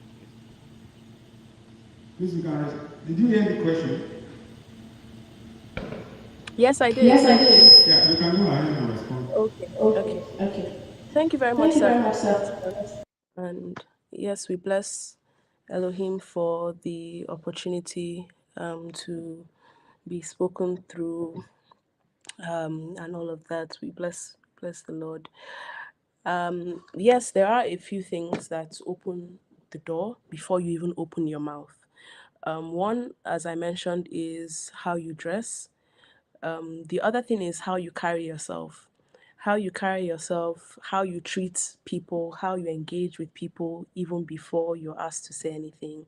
It's the way you are courteous to people, the security man, the your colleagues, stuff like that. People take note of these things and how you interact as a person. And people have often said that they can tell the kind of person you are before they even have a conversation with you, because some people are very observant, and generally we are. Before you even open your mouth, people have already made impressions about you based on how they've seen you interact with others, how they've seen you carry yourself. The other thing is you should carry yourself in a way that exudes confidence. And this is something that you can even achieve very practically. One thing is how you walk. When you walk, if you're someone that walks with your face down, you don't exude confidence. That's a very practical way or step you can take. When you walk with your shoulders up and you walk with your head up high, and you walk in a way that shows that confidence, that you know what you're doing. You didn't get into this room by accident. You know exactly what you're doing here. And these are things that you can practice. When you catch yourself looking down, you pull yourself back up, and you walk in a way. It's not in a haughty way. It's not to be walking like this or anything with your shoulders, swagging from side to side. No, but it's just a way that shows you understand why you're here and you're not here by accident.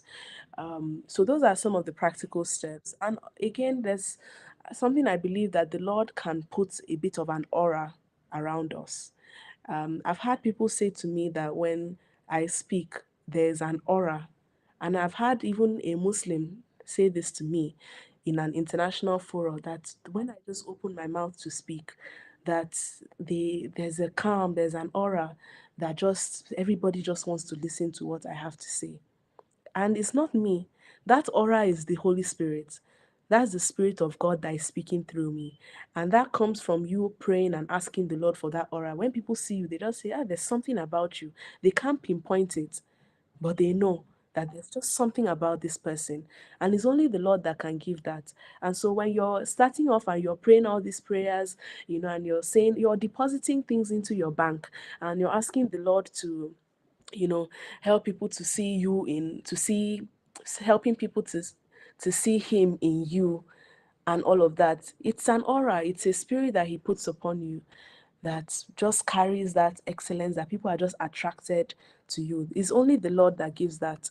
And it's something that we should all pray to the Lord, that when we come into a space, that aura, that spirit of the Lord should radiate around us, and we should carry a presence. We should carry His presence, in everything that we do. So those are a few, and of course, very practically, is how you just carry yourself, how you dress, and all of that. So I'll stop here for now, but of course there are a few more things that we can probably dig deeper into another time. Thank you.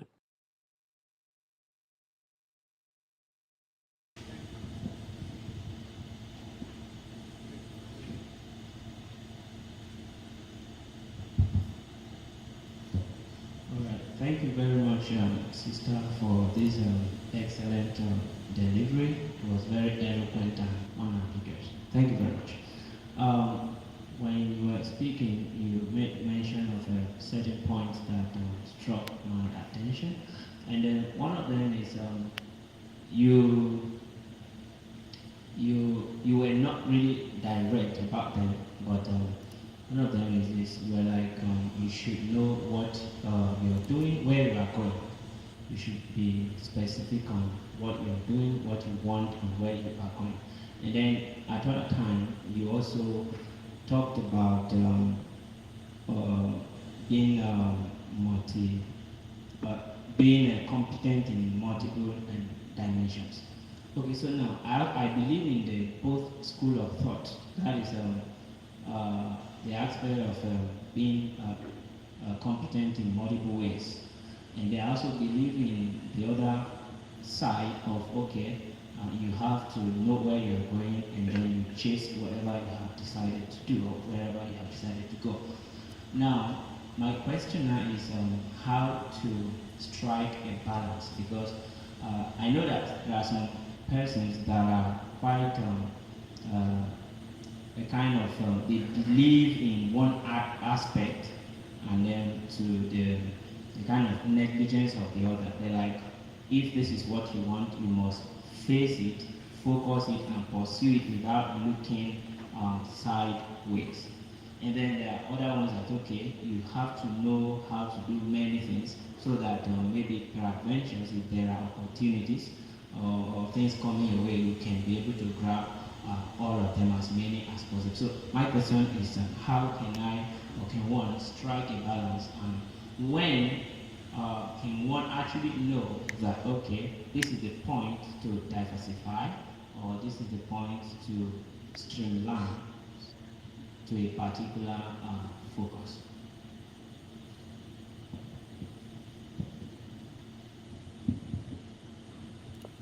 Okay, thank you very much for the question. Can I go ahead to answer, or do we want to take a few questions and then I take all of them together? What do we prefer? Okay, any other question?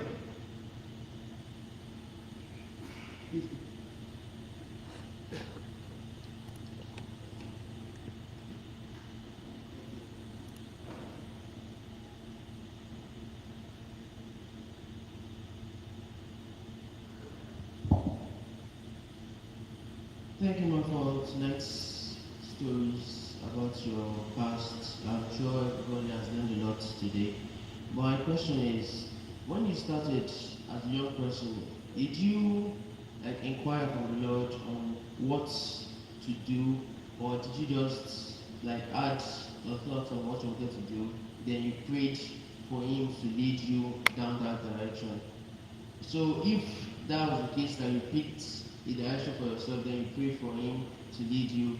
So does that mean that our normal paths that we are on now is the path the Lord has for us, or do we pray for Him to lead us in the right direction? Meaning maybe we are not on the right path.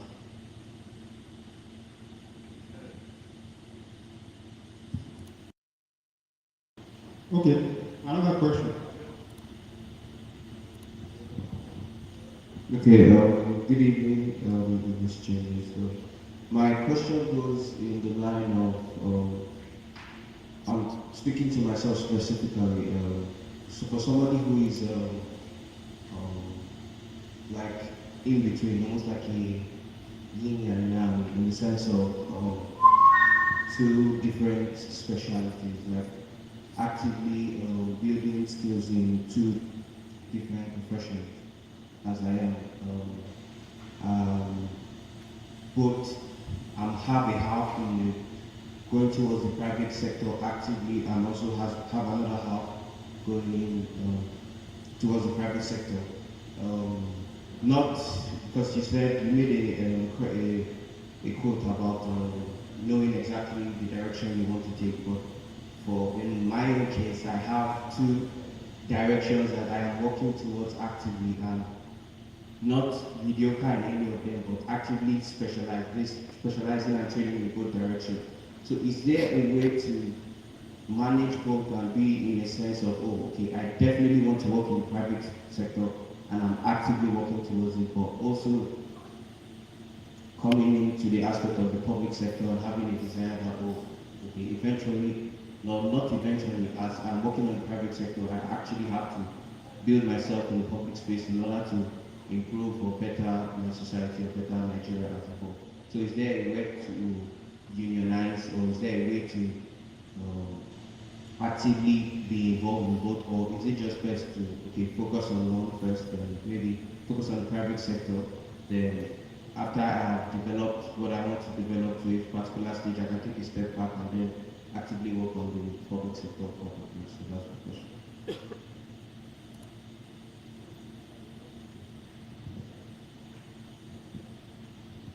Okay. Yeah, I have a question. Um, Once again, thank you for the very good delivery. It was packed with a lot of stories, and I'm an advocate for stories, even when it comes to technology content, because of the way they relate to the human heart. How do you deal with issues relating to pride, haughtiness? What are practical steps to deal with such things? Thank you. Yeah. So you can go ahead and respond to these questions.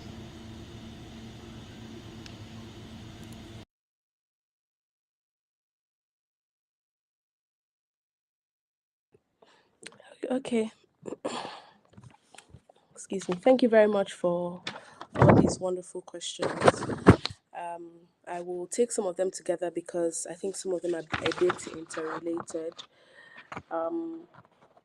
Especially the second question about the difference or striking the balance between being a multi hyphenate as well as someone who has various interests and competencies while focusing on one thing. I would share a few perspectives on this. One is something I mentioned earlier on, is that you when you start off in your career, it's always good to be a bit wide, right? You get a bit of knowledge and experience and expertise in a wide range of different things, and then you begin to specialize. I am someone who is a multi hyphenate. I have a lot of interests. I have a lot of desires to do so many different things. I am a lawyer, as I think I mentioned at some point in the presentation, but I'm also a management consultant, and I do management consulting for a lot of companies who are trying to navigate government in different ways, whether it's regulatory approvals,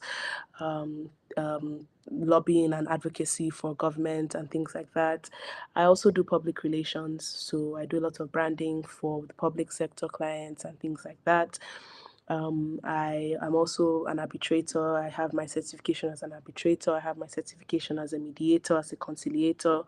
And then I also do youth leadership development. So I'm a bit in the NGO space. And of course, I've always sort of had a business sort of background. So that's just a few of the things. When I say I'm a multi hyphenate, I mean it in every sense of the word. And I'll say something that when you start out in your career, it's okay to want to do so many different things.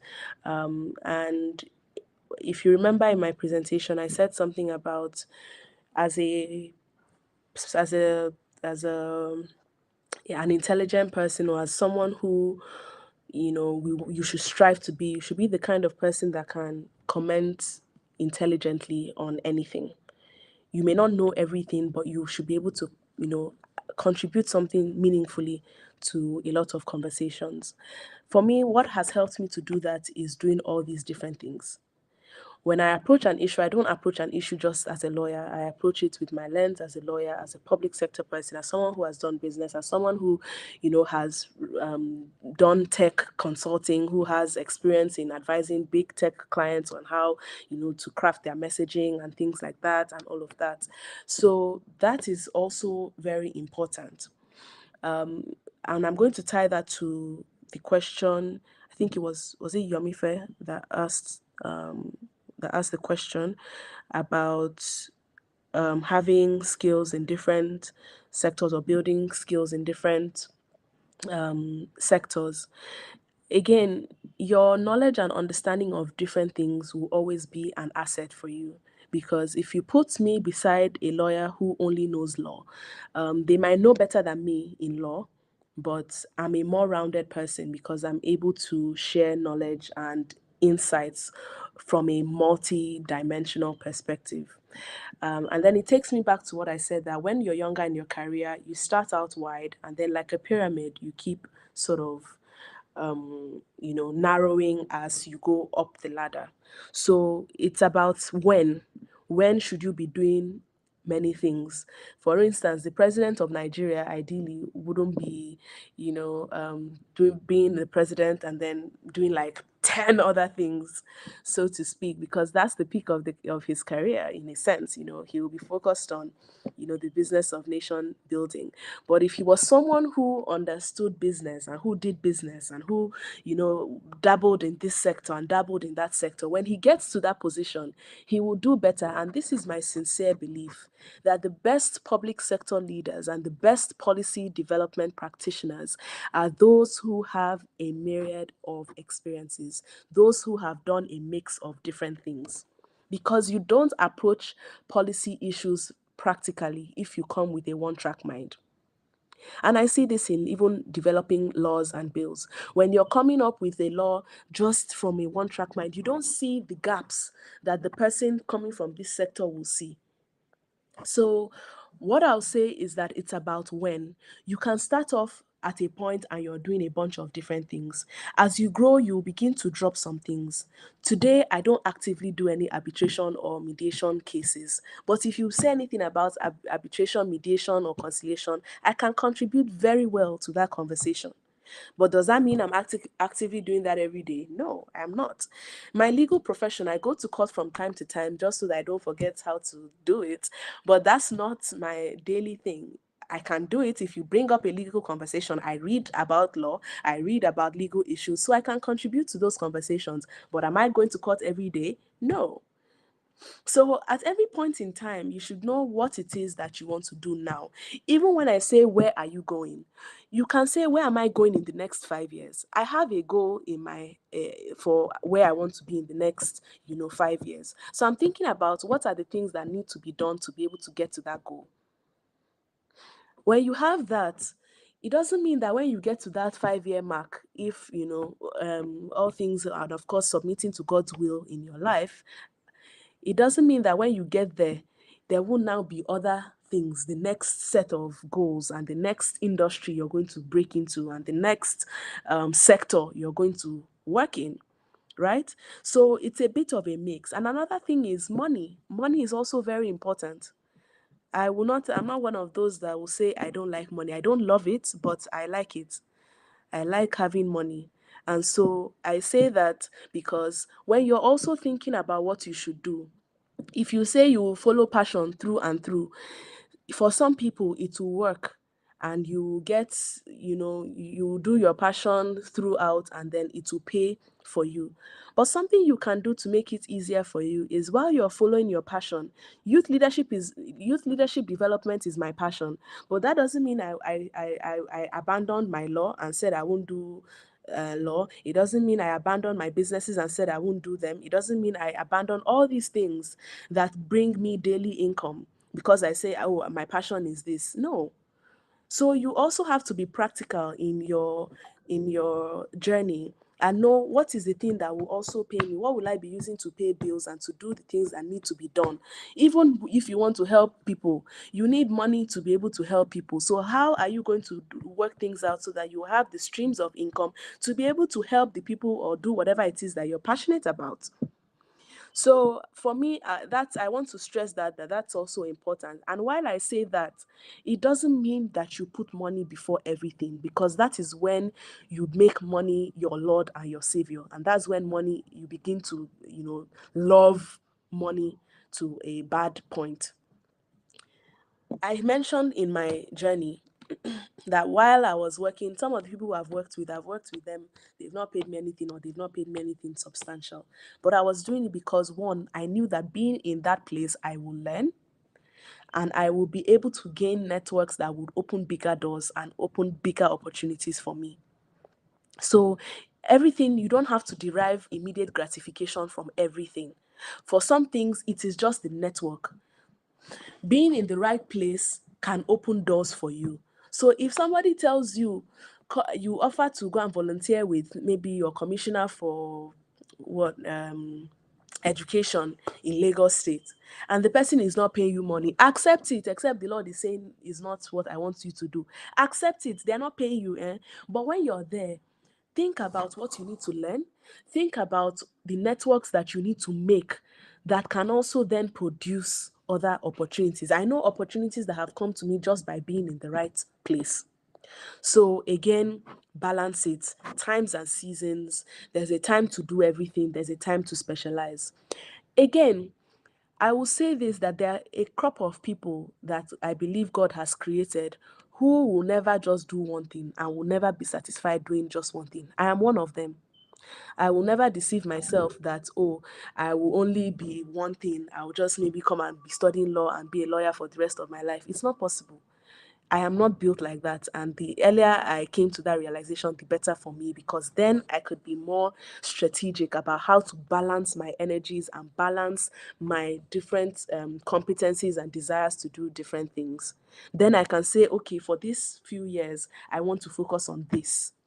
While I'm focusing on this, I'm still building my competencies, reading on a wide range of different things. So again, that takes me back to your first question about saying he's interested in two sectors. You can be doing your private sector work and still be building your capacity to do public sector work. It can be done as a volunteer. You can be attaching yourself to, provide some level of assistance in the public sector that allows you to just get a glimpse of the inner workings of government. Or you see an opportunity for a fellowship program, you should apply. This is the time where we should be applying for things, to go out there and get knowledge, learn these things, and be better than those who are in the world. So this program that I run, the Legislative Mentorship Initiative, by the next time we are calling for applications, I want to see many Plummet youth applying for that. Because if you say you want to be in the public sector, I want to see, what effort are you making to learn about how the public sector works? How are you preparing yourself? How are you getting into that space? When you put yourself in these programs, you don't know what God will do with it and will do with you. A very classic example, one of our fellows, we had an audience with the vice president of Nigeria. And through this program, somebody that just came as a trainee, as a fellow in training, has gotten a job. The vice president has invited him to join his team. Out of this fellowship, so many others have come and gotten all sorts of opportunities just by being in the right place and packaging and doing the work. Because if you had nothing to show for yourself, you would not get into the program. And then if you didn't get into the program, you will not have the privilege to be in that space where you're in the same room as the vice president of your country. And then you will not have the opportunity to be able to introduce yourself. And the vice president says, I want this man to come and join my team. So, what am I saying? We need to prepare ourselves. We need to expose ourselves. We need to intentionally and practically get the training we need. A lot of it will start as volunteering. Let me give you another very quick example. The chief of staff to the president of Nigeria is the founder of this our program, the Legislative Mentorship Initiative. And the person he works with, let me say the person that is like his chief of staff. The person was his chief of staff when he was Speaker of the House of Representatives. And now that the chief of staff to the president, of course, is in the villa, this person is still also running his office almost as a chief of staff. How did this person start working with our founder? When he graduated from school, he decided to volunteer with him in Surulere when the founder was still then just a local politician, so to speak. He started from there and served well, was not being paid anything, was just being paid, just peanuts, just as per a boy, was carrying Oga's bag around and all of that. But he served, and he has been serving and has been climbing as his boss became minority leader of the House of Reps, was with him when he became majority leader of the House of Reps, was with him when he became Speaker of the House of Reps, and now Chief of Staff to the President, and who knows where else. God will take him to. But how did this whole thing start? It started with him being a mere volunteer. And let me tell you that when he was that mere volunteer, there were other people who came and were doing NYSC. I know one of them. And let me use this opportunity to even share another point about loyalty, because loyalty is very important in the public sector. I know another person who was working with this same person. They came in together, both as young people volunteering. They did their NYSC and then decided to stay and serve without collecting any payment, just to serve. This other person wanted to run for an office. I'm not going to mention the office. And when he wanted to run for the office, Oga told him to hang on, that is not his time. And you know what this person did? This person got angry, left the party, left Oga, and went to do other things. Now, this person, many years later, having seen the ranks that Oga has gone through and how his peer that they both started as volunteers is now like the Oga that ministers are chasing, the Oga that honorable members and senators are chasing to see, is this same his friend that they both started as volunteers. Now that person was asking, because he has lost complete touch with Oga and is now looking for how to come back, and has been so difficult.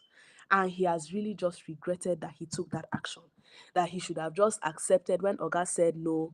He should have just waited and done all this. Now he's looking for opportunities to come back into the picture. But that's the thing about loyalty and service. Just give yourself to serve. Everything is not about money, it's not about me. How will I get my immediate gratification? If he had waited, perhaps two of them would have been the ones running the shots now. But he's now an outsider. And that's the thing about the public sector. Once you lose out, you become an outsider. And then you're fighting from behind to see how you can come in.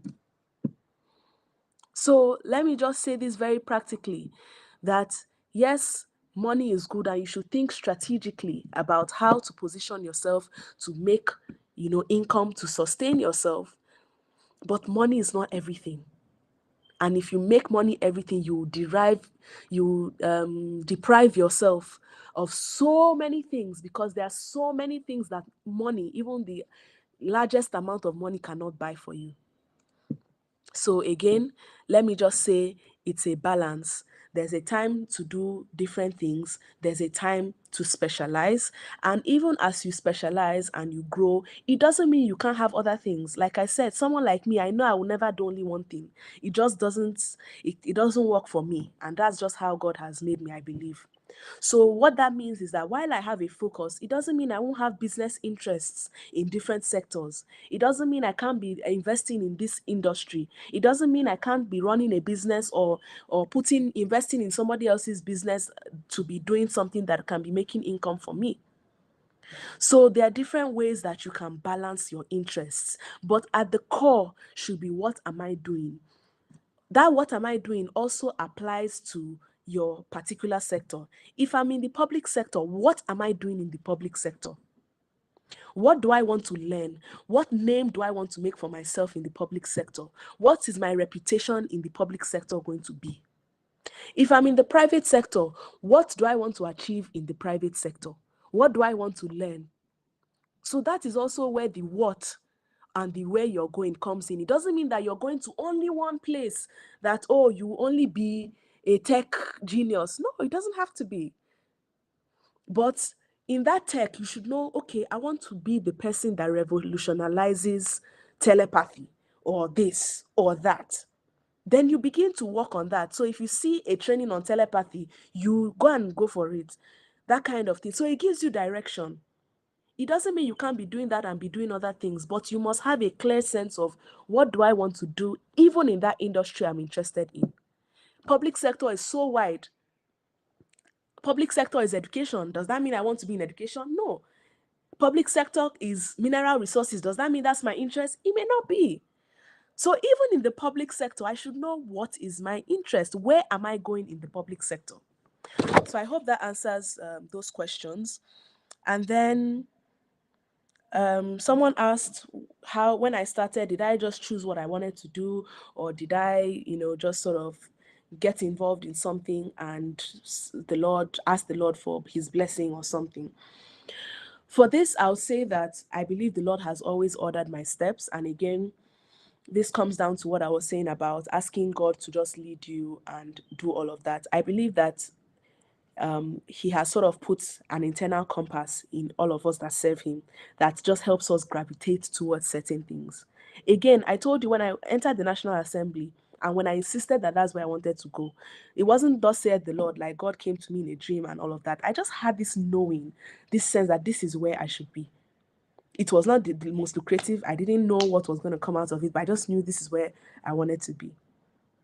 So again, God leads us in different ways. And if you have a relationship with God, you'll be sensitive enough to know when he's directing you to do this, when he's saying hold on, when he's saying go forth, and all of that. So for me, it was a thing where I was asking the Lord from time to time on what he wants me to do. Again, when I studied law, again, let me even use this as an opportunity to encourage those who are not very sure of what they want to do. That's still okay, because life is a journey and you refine your thoughts and your journey as you go along. When I decided to study law, I only decided what I was going to study when I had graduated secondary school. I was never one of those people that knew, oh, I wanted to be a doctor since I was 2 years old. And, I just kept, on it. I was never one of those people. I've had so many desires to do so many different things because, again, I said I'm a multi hyphenate. I have different interests. When I graduated from secondary school and I had to take my exams, JAMB, and all these things to decide what I was going to study, I was really spoiled for choice because here I was interested in education because, again, I found that a lot of the issues we had as a society was because of the quality of education that we had. And I was thankful to God that, I was able to enjoy a certain kind of education. But for me, it was about how do we introduce certain principles into our education system that it doesn't become a thing of only those who have this opportunity can enjoy this, but it is built into the foundation of our educational system so that everybody can benefit from it. So I thought of going to study education. I was also a business person. I had run maybe 5 businesses or more businesses before before I had finished secondary school. So I thought maybe I should study business administration or take it up and do economics. I had also thought, um, what else? There were so many different things that I thought. Yes, I was interested in hospitality management. So I thought, do I go to study hospitality management or culinary arts and things like that? Because I had run a few businesses like that, restaurant, bakery, that kind of thing. And when I finished all this, I was just like confused. And I just sort of went to the Lord and said, Lord, what do you want me to study? Because I'm really, really just confused. And time is going. I don't know what to do. I have to write my exams. I have to select my first choice and all these things. And I just sort of left it. And then one day I just woke up with like a question: why not law? And prior to that, I had never thought about studying law, because so many people will tell me, "Oh, you'll be such a good lawyer." I'm like, "Thank you, but no thanks," because for me, I'm like, why would I spend 5 years in school and then after now finishing the 5 years, I'll still go to law school and spend 6 years? Please let me do 4 year course and be out of here and do other things with my life and all that. But for the first time, I actually interrogated it and said, "Why not law?" I literally just woke up with that thought, and I know it was the Lord planting that in my spirit. And then I began to make inquiries, which is the practical part. I began to reach out to people who I knew. I reached out to Bro Paul, um, Bro Paul Abraham, and I asked him, Uncle, please, oh, how was this law when you did it? I reached out to my friends that were lawyers, and then I understood that this is something I may enjoy. Oh. And that was how, of course, we prayed about it. And, my parents were like, "Is this what you want to do?" I said, "Yes." We prayed about it. And that was how I studied law. So it's a mix of things. It's not like in every point in my career, God has said, "Thus saith the Lord, you will do this, this, this." But one way or the other, He has always prompted me on what step to take at every given time. And that's why we must always pray for Him to lead and direct us. I mentioned how He gave me the idea to do a legislative mentorship program. And even though it didn't work out the way I thought it would, And the program ended up chasing me or coming to me, to still be part of it, even though it didn't work out the way I initially thought it would work out. So again, you see that once you allow God to lead you and you give yourself to the Lord to be used by Him, He will always direct your steps. Even if it doesn't go the way you think it would go, it will end up, at His desired end. I think I have answered all the questions. Okay, I think one more or two more things. Okay, one was about have I always known if I where I wanted to be? One thing for me is that I've always found myself to sort of be in the public sector, because even when I've been in the private sector, I've always gravitated towards the public sector. So in the private sector where I've done, for instance, public relations, I've always been advising government clients or government facing clients. When I do my management consulting, my clients are private sector clients trying to navigate the public sector. So I'm giving them advice and counsel on how to engage government, strategies to engage government, get regulatory approvals, and things like this. So I found that somewhere, even in the private sector, I'm always being brought to the public sector. So I believe that, there's something the Lord wants me to do in the public sector. And for me, it's about how do I keep refining my understanding of the public sector, preparing so that when that opportunity comes, we always say opportunity meets those that are prepared, and all of that. And there are different ways that people put it. It is so true. So if we take all these things seriously and take all these experiences seriously, when you begin to, get into the fullness of what God has for you, and again, I'm still getting there, but I know that all these things that the Lord is allowing me to do are all building up to something. And it is the seriousness that I attach to the process that would give God confidence and give God the peace that He's investing in me, and that He'll get return on investment for all that He has put into me as His daughter. And then the final question is about pride and haughtiness, and how do I deal with this practically? I'll say two ways. One is spiritually and one is practically.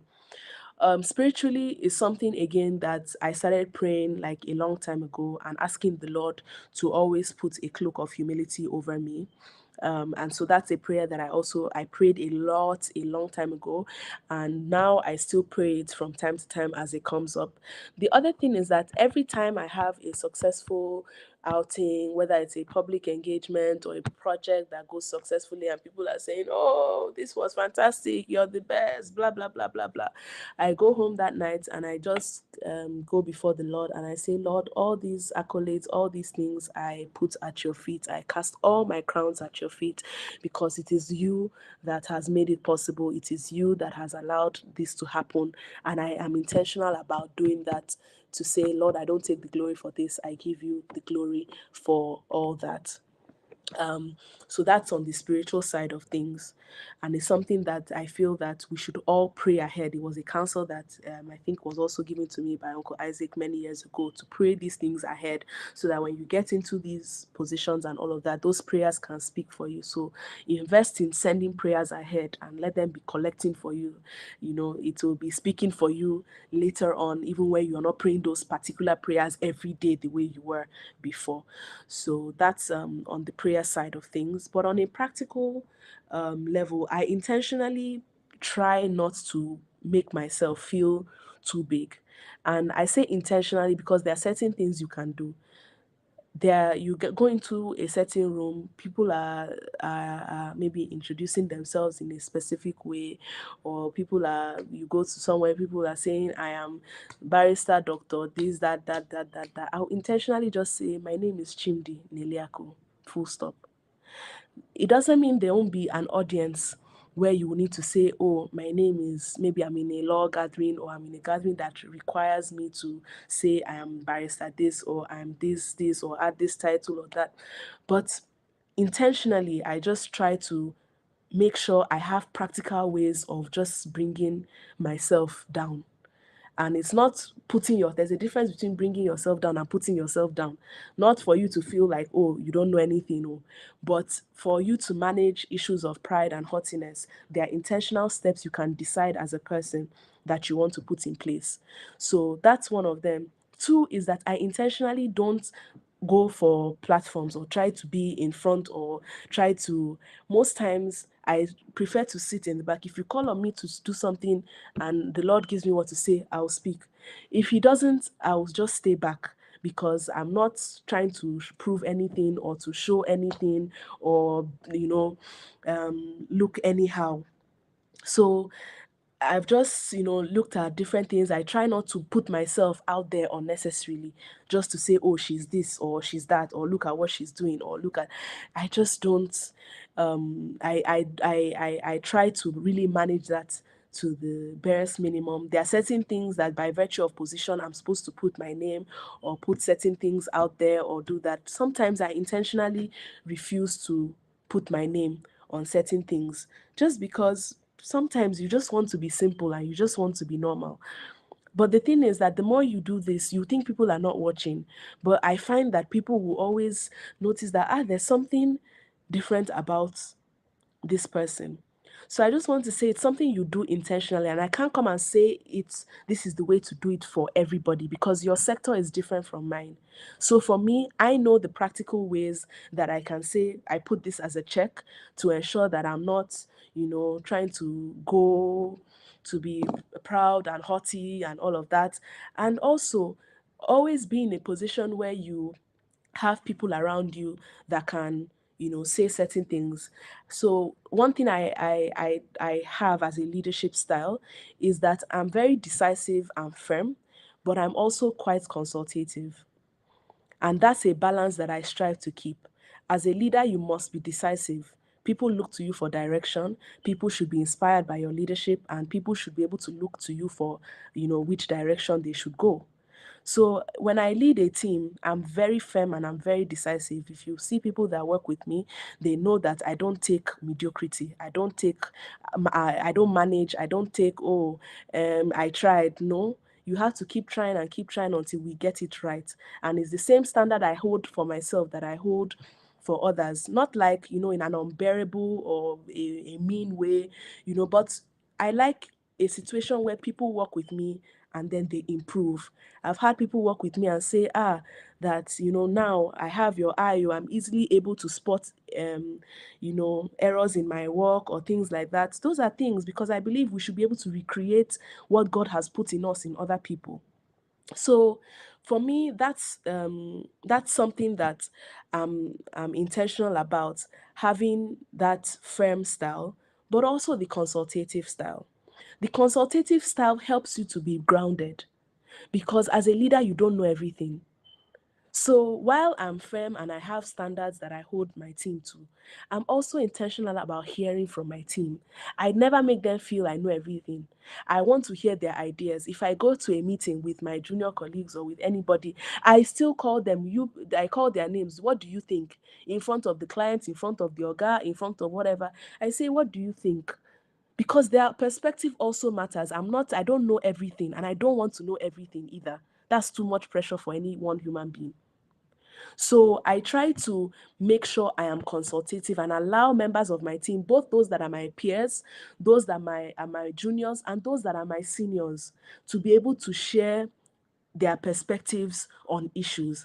That helps you to be grounded, and it helps you to be able to have, that level of, you're not infallible, you don't know everything. So when you do that, you see, somebody may have a better idea. It happens all the time.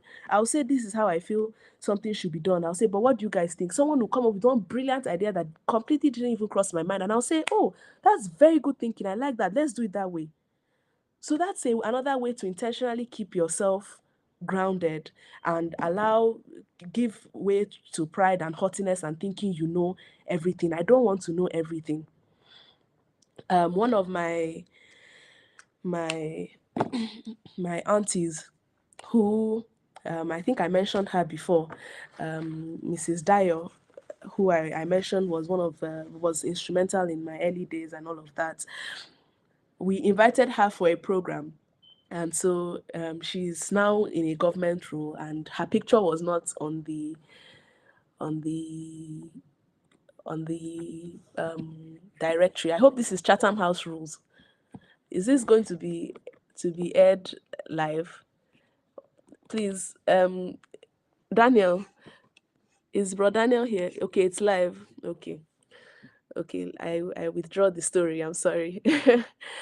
Sometimes when we have events, we say that it's under Chatham House rules, which means whatever I said does not leave the room. But if this is open, I would prefer to stop at this point.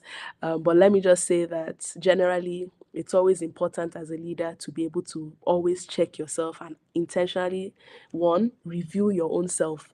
I'm someone that is very, strict on myself. I hold myself to very high, standards. Sometimes I have to tell myself to calm down, Chimdi, you're trying. But I like to be able to reflect and look at what I'm doing wrong so that I can improve. So I don't like to have that impression that, oh, I know everything, or I've gotten everything and all of that. So those are some of the ways that I check myself, and I allow others in my team, those who have oversight over me and those who are even younger than me, to also help to check that issue of pride and haughtiness. So I hope that was able to help. Thank you. Thank you.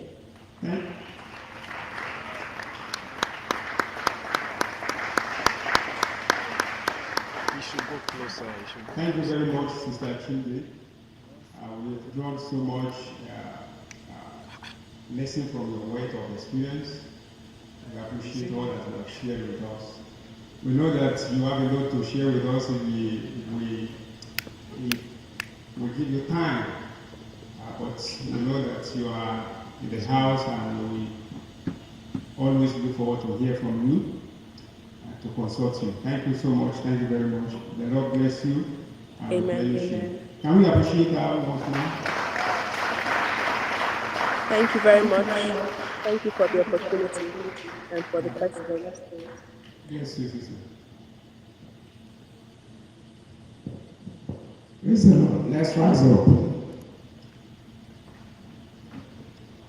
Thank you for your time, please.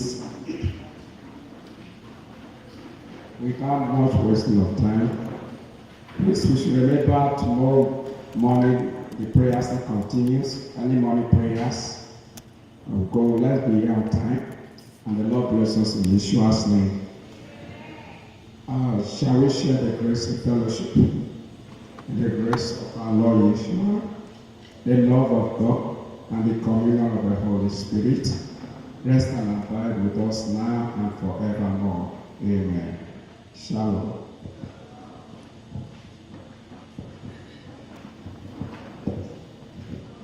Service team, please wait here. Thank you.